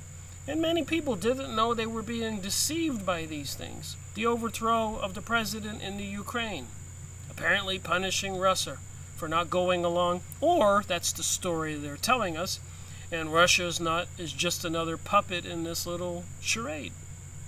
Which is probably the case. We the people are being deceived and fooled. They think we're stupid. And computers are monitoring everything we say and do. Maybe I'm not so smart. Maybe I should run and hide in the forest somewhere where they can't find me. You too. Like we could all go hide. Not going to run from these people. They don't want us to pray or believe in God. God's power is much more stronger than these people's power, and they know it. That's the problem. They don't want us to know it. King Solomon's temple and citadel. The comprehensiveness of the tabernacle, its hidden grandeur, its mysterious splendor, appealed to David, the king of the Jews, to such an extent that he longed to build, with the tabernacle as a model, a permanent temple dedicated to the worship of the true God. So do you think the entity living in the box, the Ark of the Covenant, is the true God? When they put that lion with the human head, and all the resources tell me those are evil demonic beings? Does God want to be in a temple with an evil demonic statue? I don't think so. I've gone over many books. I had to convince myself. I looked up those pictures. I wrote on the back of them who the beings were. The book on mythology, the book on Egyptian symbols, even on the picture of the New Age magazine by the Scottish Rite of Freemasonry, even by Jim Shaw. I have to go over his letter in a video right away. And I have a whole lot of information piling up on my desk in this line of research that continues to support what I'm saying. If it said something else, I would say something else. David had the tabernacle ever in mind when he prepared plans and patterns for the permanent temple to be erected at Mount Moriah, the most sacred spot on earth. And remember, that's where the Dome of the Rock, the Muslims' Islamic most sacred temple, is right now. It was built on the ruins. So they do need to destroy that, and they probably got to figure out a way to make it look like an accident or some terrorist attack, so they can put up King Solomon's temple right away on this most sacred spot on earth. He bequeathed the plans to Solomon, his son, who, with the tabernacle as a guide, erected a temple of the grandeur of which had so impressed the world that men, never tiring in its praise, have placed it foremost in legend, romance, history, and religion. It's never been placed foremost in my understanding of legend, romance, history, and religion, but I suspect in their eyes it has. Maybe it is one of the most greatest accomplishments of the satanic forces. The tabernacle was the pattern which guided the master builders in the construction of King Solomon's temple, as well as the priest in its ritualistic services. Ritualistic services. Completed about 1005 BC, according to the received chronology. So what do you think? I'm committing heresy by reading from the Freemasonic Bible and this information and using my God-given brain and looking up the pictures? Is it wrong to find out what the truth is? Location of the temple. Mount Moriah in the days of Abraham was one of the hills in the vicinity of Salem. Salem? And of course Jerusalem is J-U-R-U, Salem, Jerusalem. And of course the murder of witches at Salem, overseas and in America apparently, it's a couple Salems. The one chosen by Abraham upon which to sacrifice his only son Isaac as a burnt offering unto the Lord. So according to the Old Testament, this God said, to prove that you really love me, you have to kill your son. And they got pictures of him, old paintings where he has a dagger and he's ready to slaughter his son. And then finally the God says, wait a minute, you've proved it. You don't have to follow through.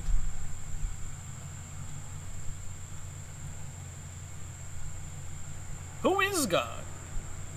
What is God? Do you think this is God? I'm sticking with Jesus and the Father in heaven, where there are many mansions, where we are to love one another. Just saying. Who overthrew the money changers' table in the temple and told them they were of the synagogue of Satan. I didn't make it up. You can look it up in the Bible. You don't have to be Sherlock Holmes to figure this out. All right. So they picked a place chosen by Solomon because of its sacred associations. It was fitting that the great temple, to be dedicated to the God of his fathers, should be erected upon the very spot where Abraham made manifest that faith in him which was accepted ever after by the children of Israel and the world. Accepted by the children of the world? I think not. They really like embellishment and assumptions in this book. This wasn't accepted by the Hindus, the Buddhists, the Christians, the Mayans, the Peruvians, the American Indians, or nobody else.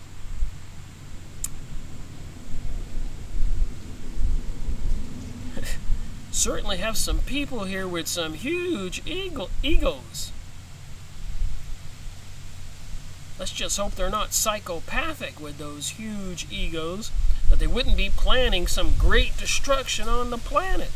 Wait a minute. Are they? All evidence points to the fact that it seems like they are. World War I, World War II, 9/11, French Revolution, and so many more. Giving blankets with biological plagues on them to the American Indians. How diabolical was that? The first biological weapons.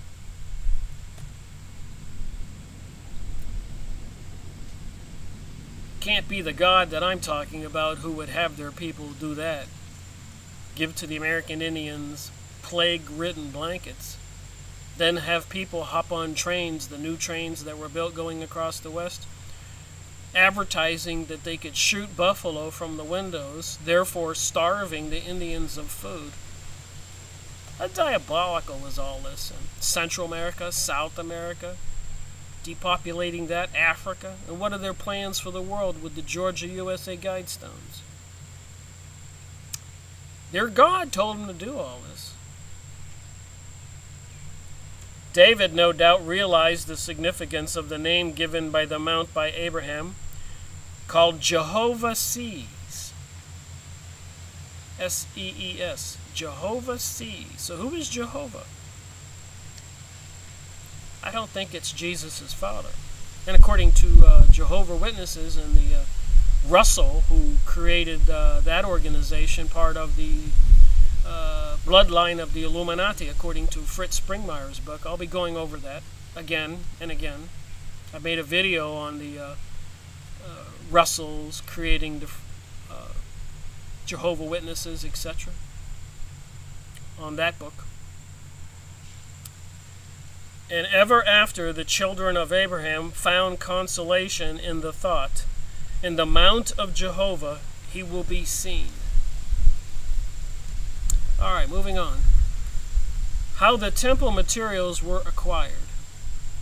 King David, one of the world's greatest generals and statesmen, founded an imperial dominion which theretofore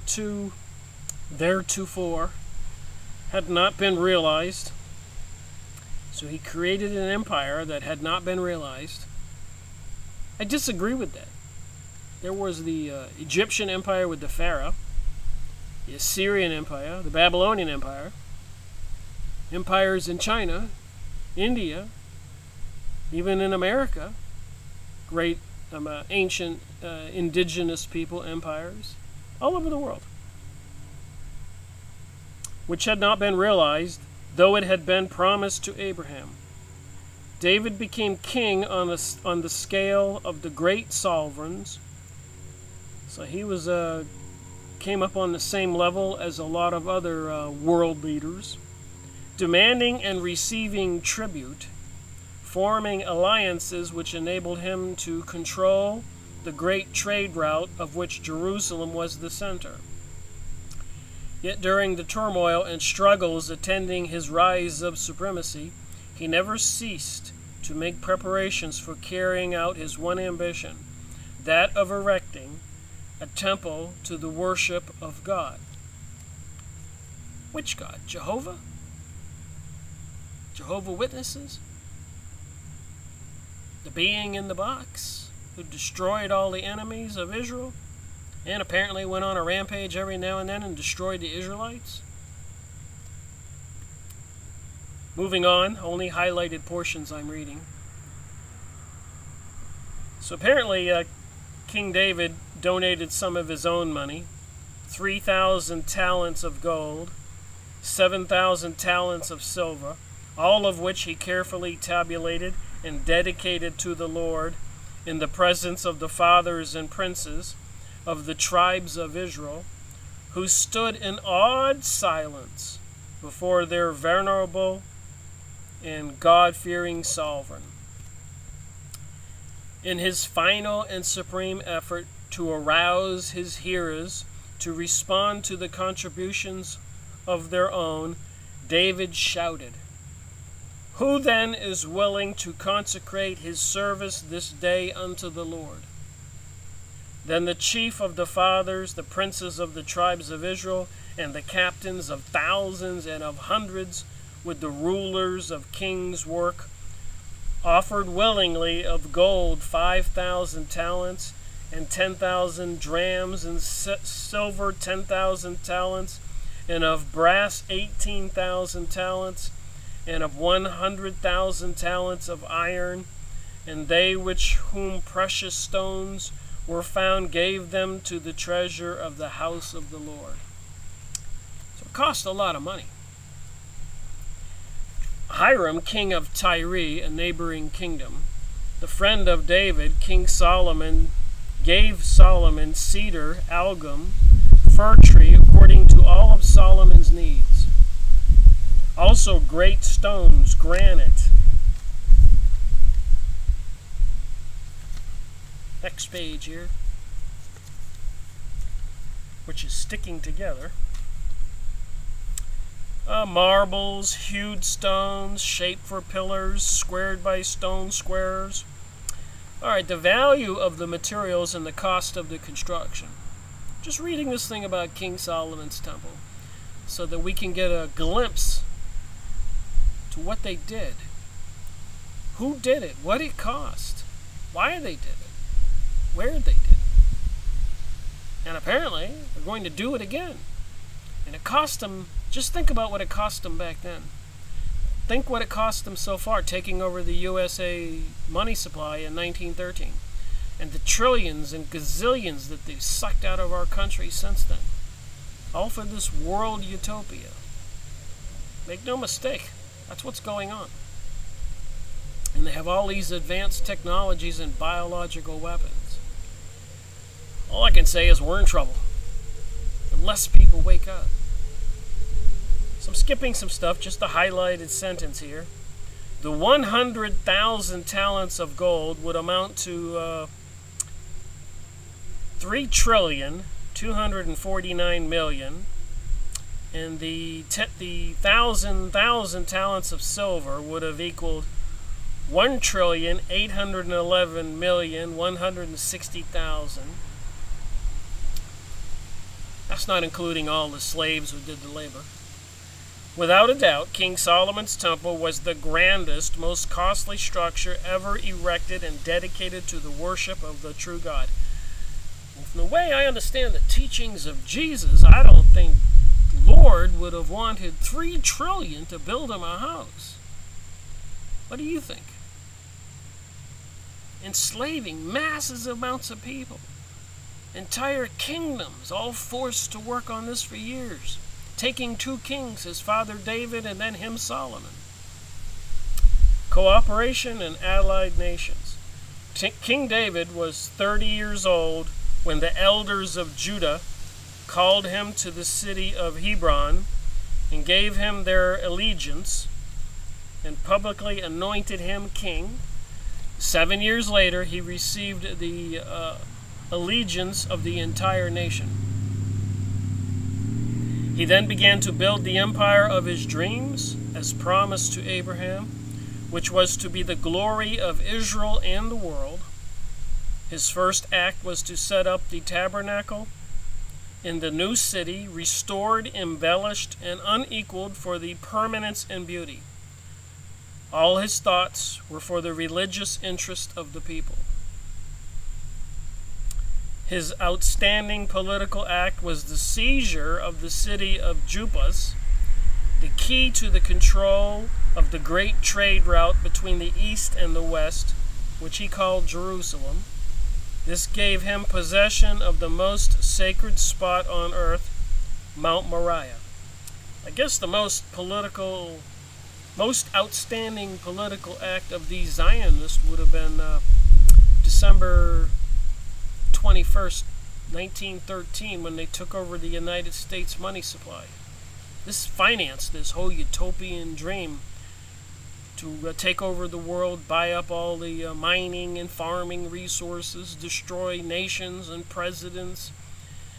John Perkins' Confessions of an Economic Hitman, and many other books I've gone over. Remote viewing. These people are into the occult. They know all of these technologies, psychic abilities. It has been at a huge expense of money and life, and convincing all we people in America and the world that they were natural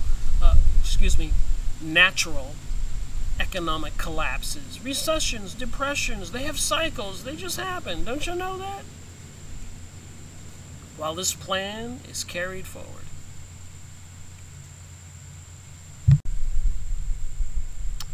one heck of a story, you think? Page 13. Realizing his strength, David fought and conquered the Philistines, thus making a trade alliance with Egypt possible. Having made these alliances, he was free to turn his victorious armies eastward. So to build this temple, he had his armies conquering the world. Is anything different today?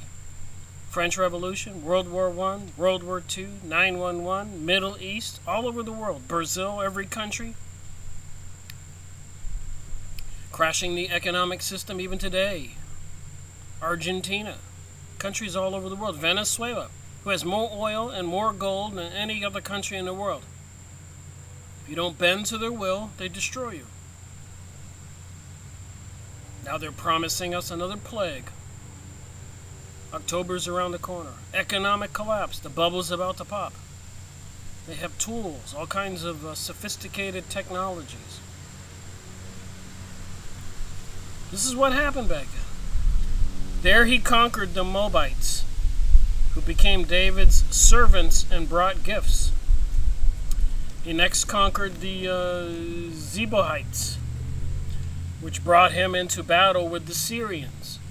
Syria's under attack hugely right now.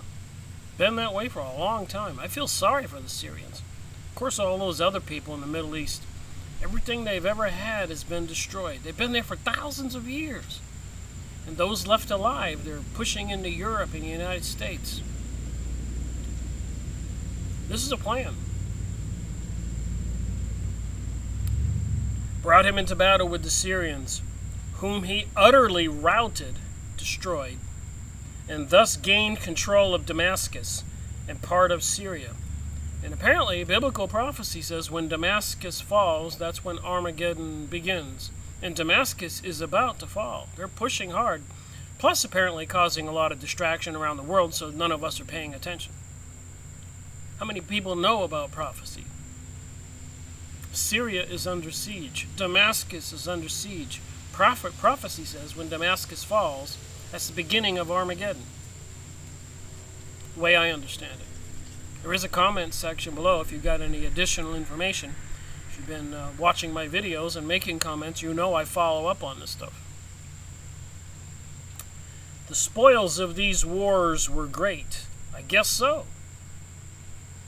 He received much gold, silver, and brass, besides placing the Syrians under allegiance, so that they too became servants to David. Let's just call them slaves. And brought gifts, having conquered the Syrians, the Moabites, the Ammonites, the Philistines, the Alchemites, the Rehoboamites, the Hittites, with his 1,300,000 fighting men. And I'm confident I'm saying these names wrong. You don't have to point it out. He forced tribute, withstood all enemies.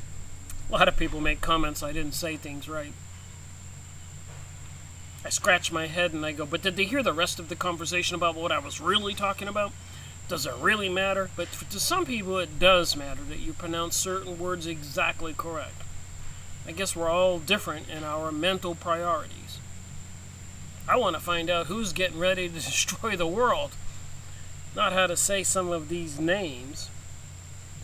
Raised his kingdom to superior strength, opulence, and splendor. Having built an empire unequaled in his time and established peace with the world. Of course, he had peace with the world. He had destroyed everybody. They were all living in dire fear. He bequeathed to his son Solomon untold wealth, a commanding army, a multiple allegiance, a vast empire, and a sympathetic international accord. Through his energy, shrewdness, skill, unusual fairness to a guy who just destroyed everybody? Generosity? Devotion? Do you understand when I say this stuff, when you look it up and read it, you have to use your discerning mind? He also left to his heir and affectionate people. So all the Jews were loving him. You think they were victorious. Their huge army, what did I say, 17,000 men? These were the Jews back then.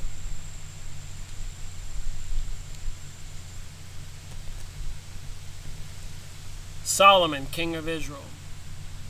Solomon was the son of Bathsheba, a direct descendant of Ishmael, which Hagar bore unto Abraham, David, through the house of Judah, which a direct descendant of Isaac. Thus the two great families founded by Abraham were united in Solomon. He was about 14 years old when he was anointed king of the Israel in Gilhon.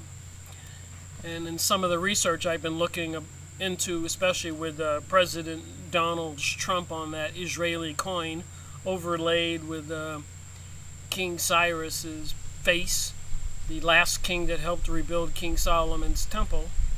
They're looking at Donald Trump's family tree. I was looking into that, and apparently there was a historic character called Baron Trump, and there were different variations how the name changed through the years.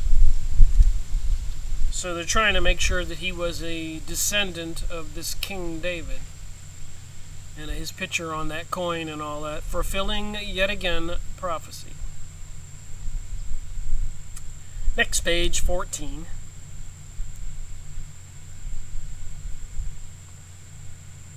So anyways, so he was about 21 years old with the death of his father David.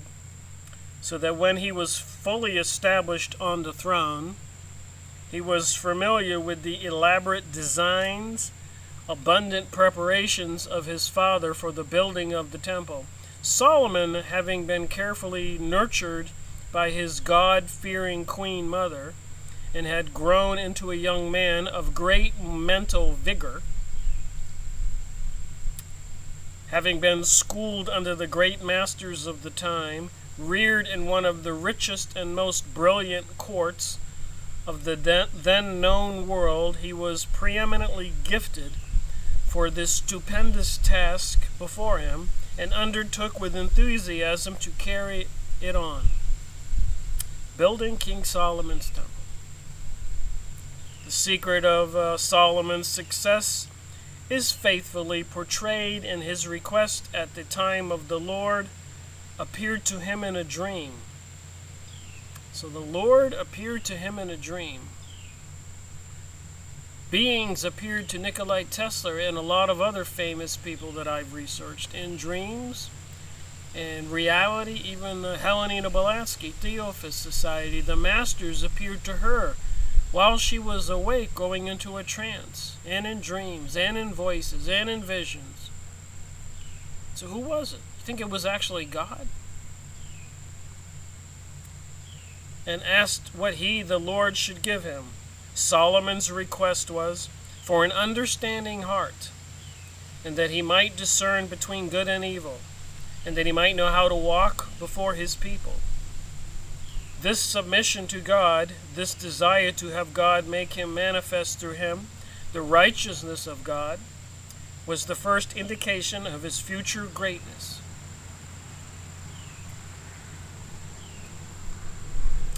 He gathered about him the wonders of nature, both of animal and vegetable life, drew from them the secrets of their existence, and learned that God was made manifest in the heavens above and in the earth beneath, and that God was all and in all. So the secrets he derived from nature. That could be the Kabbalah witchcraft. They know a lot of secrets about nature they don't share with the rest of us, including how to use incantations and magic to persuade people to do things. He soon set about to fulfill the wishes of his father and to glorify the God of his dream by creating a temple monumental in design, exceedingly magnificent, and peculiarly fitting to amplify the mysteries of godliness. He took counsel with his wise men, held conference with his allies, and sought out master builders from all the great nations. Thus equipped, he laid the foundation and carried to completion the temple, not only for a place of worship, but as a structure of dazzling architectural glory.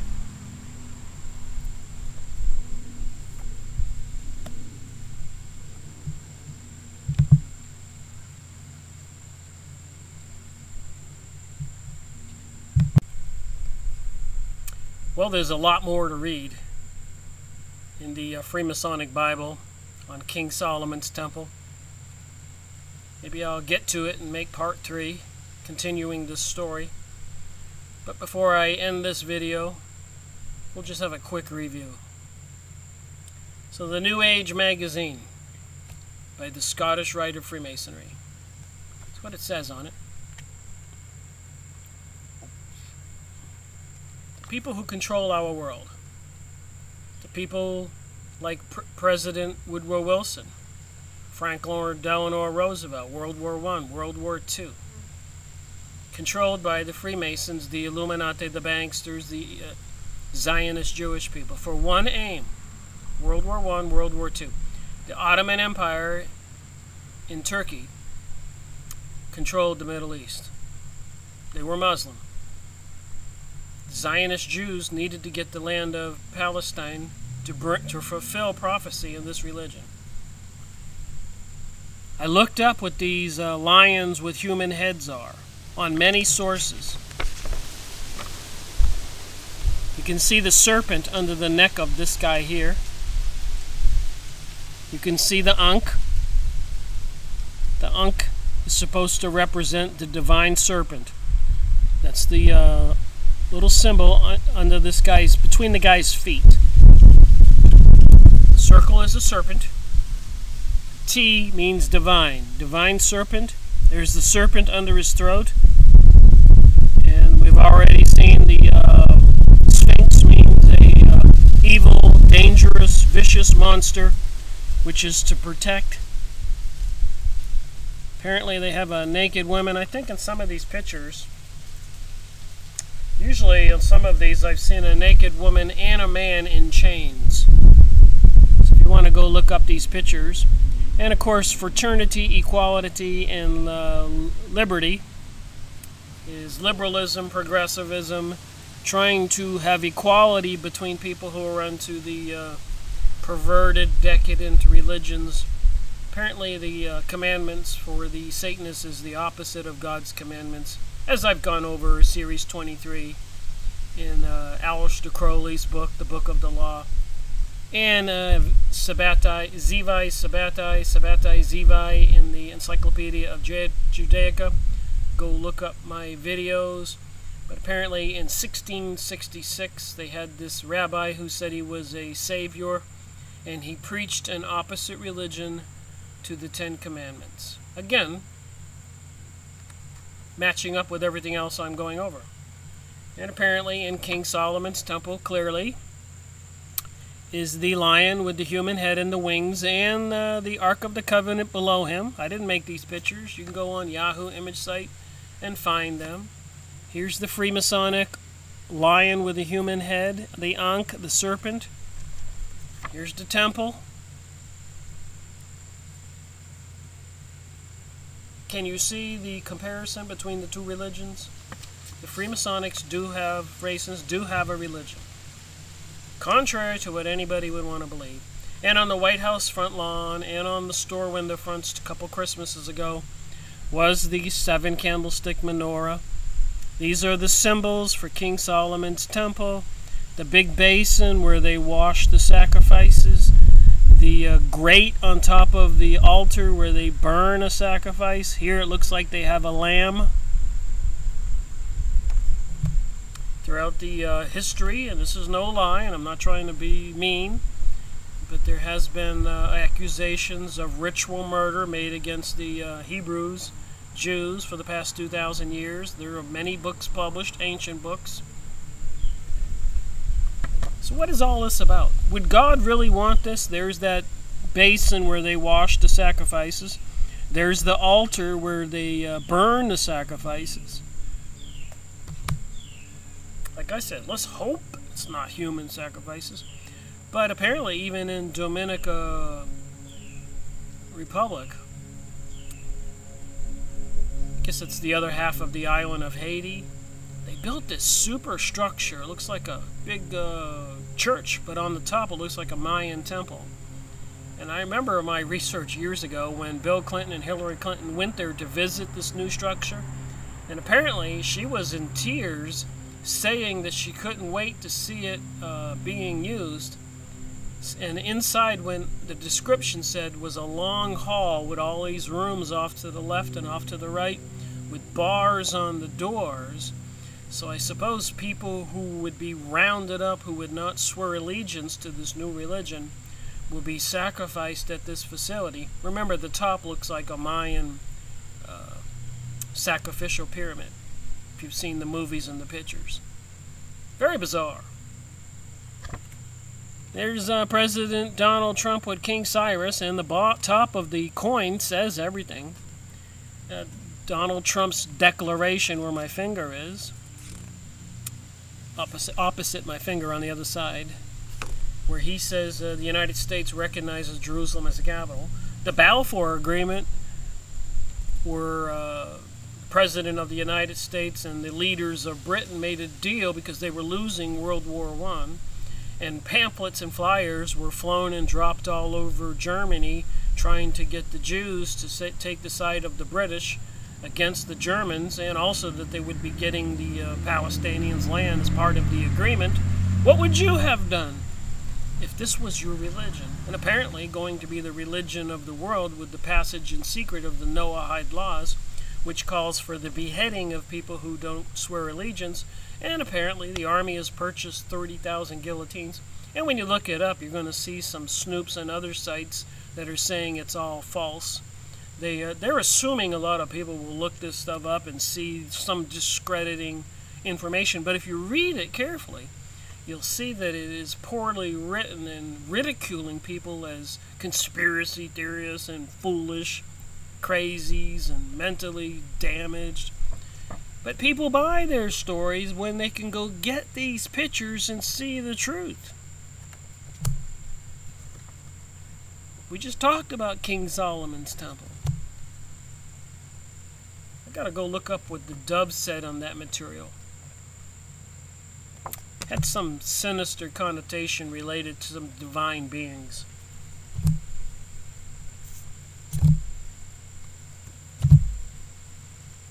So they can tell you what they want to tell you, but we all know John Kerry, George Bush, come from the skull and bones. All of our leaders, FDR, Franklin Delano Roosevelt, Woodrow Wilson.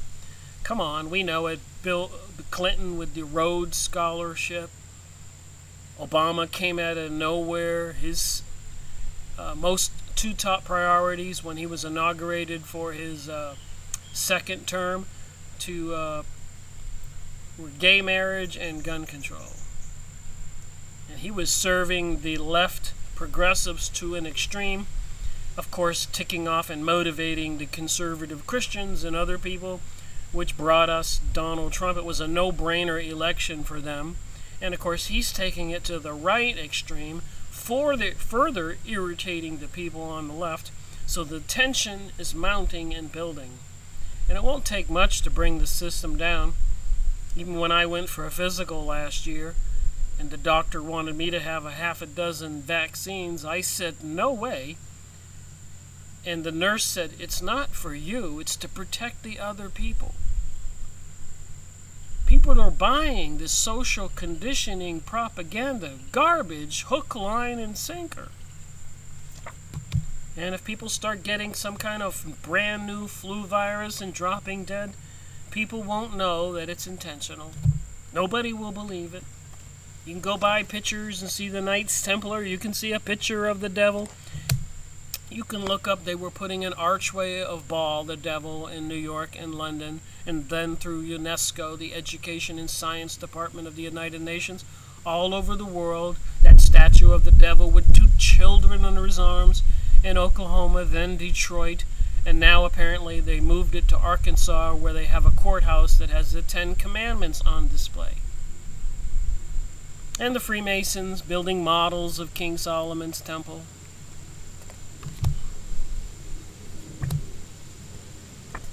Even me, when I looked up Donald Trump's condo and mansion in New York, it seemed like a Freemasonic temple to me, and I've seen the pictures. And when that one guy, Jim Shaw, got his 33 degree and he went to Washington to the Freemasonic Lodge, and there was the female-headed sphinxes. And I looked it up, and it says it's a monster found in Greek mythology, tricking men. Freemasonic Lodge. Think they've been tricking men? And many Freemasons over the years have left the lodge when they were told these things. And even over there in Europe, when the courier crashed with his pouch. That's how they did mail back then. They had couriers on horseback or buggies. Lightning struck them. You think God intervened? And the police found in the pouch plans for this New World Order. All the Freemasonic lodges were shut down.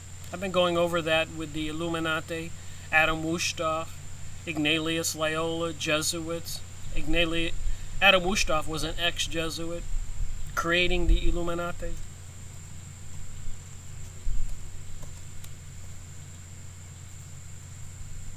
So what do you suppose? We have anything to worry about?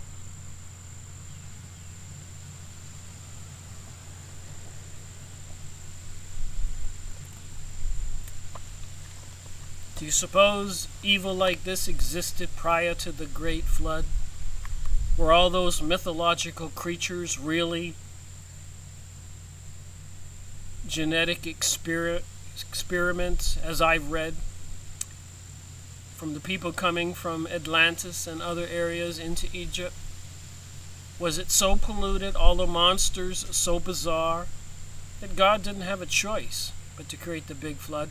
And then why do the Hopi Indians and the Ecuadorians and many cultures all over the world have ancient caves carved out or holes in the ground and stories about some intelligence back then helping them get ready for the great flood like Noah's Ark? So whoever it was, whatever it was, wanted to save some humans all over the world. But they wanted to rid the world of some kind of crazy beings.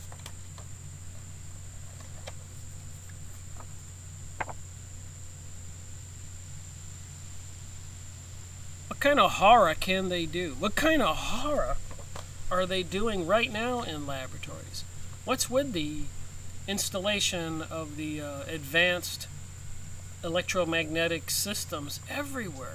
I was watching a video this morning by one speaker who they even putting these small little devices on poles every few hundred feet that transmit the signals, and the dumping of heavy metals in the sky.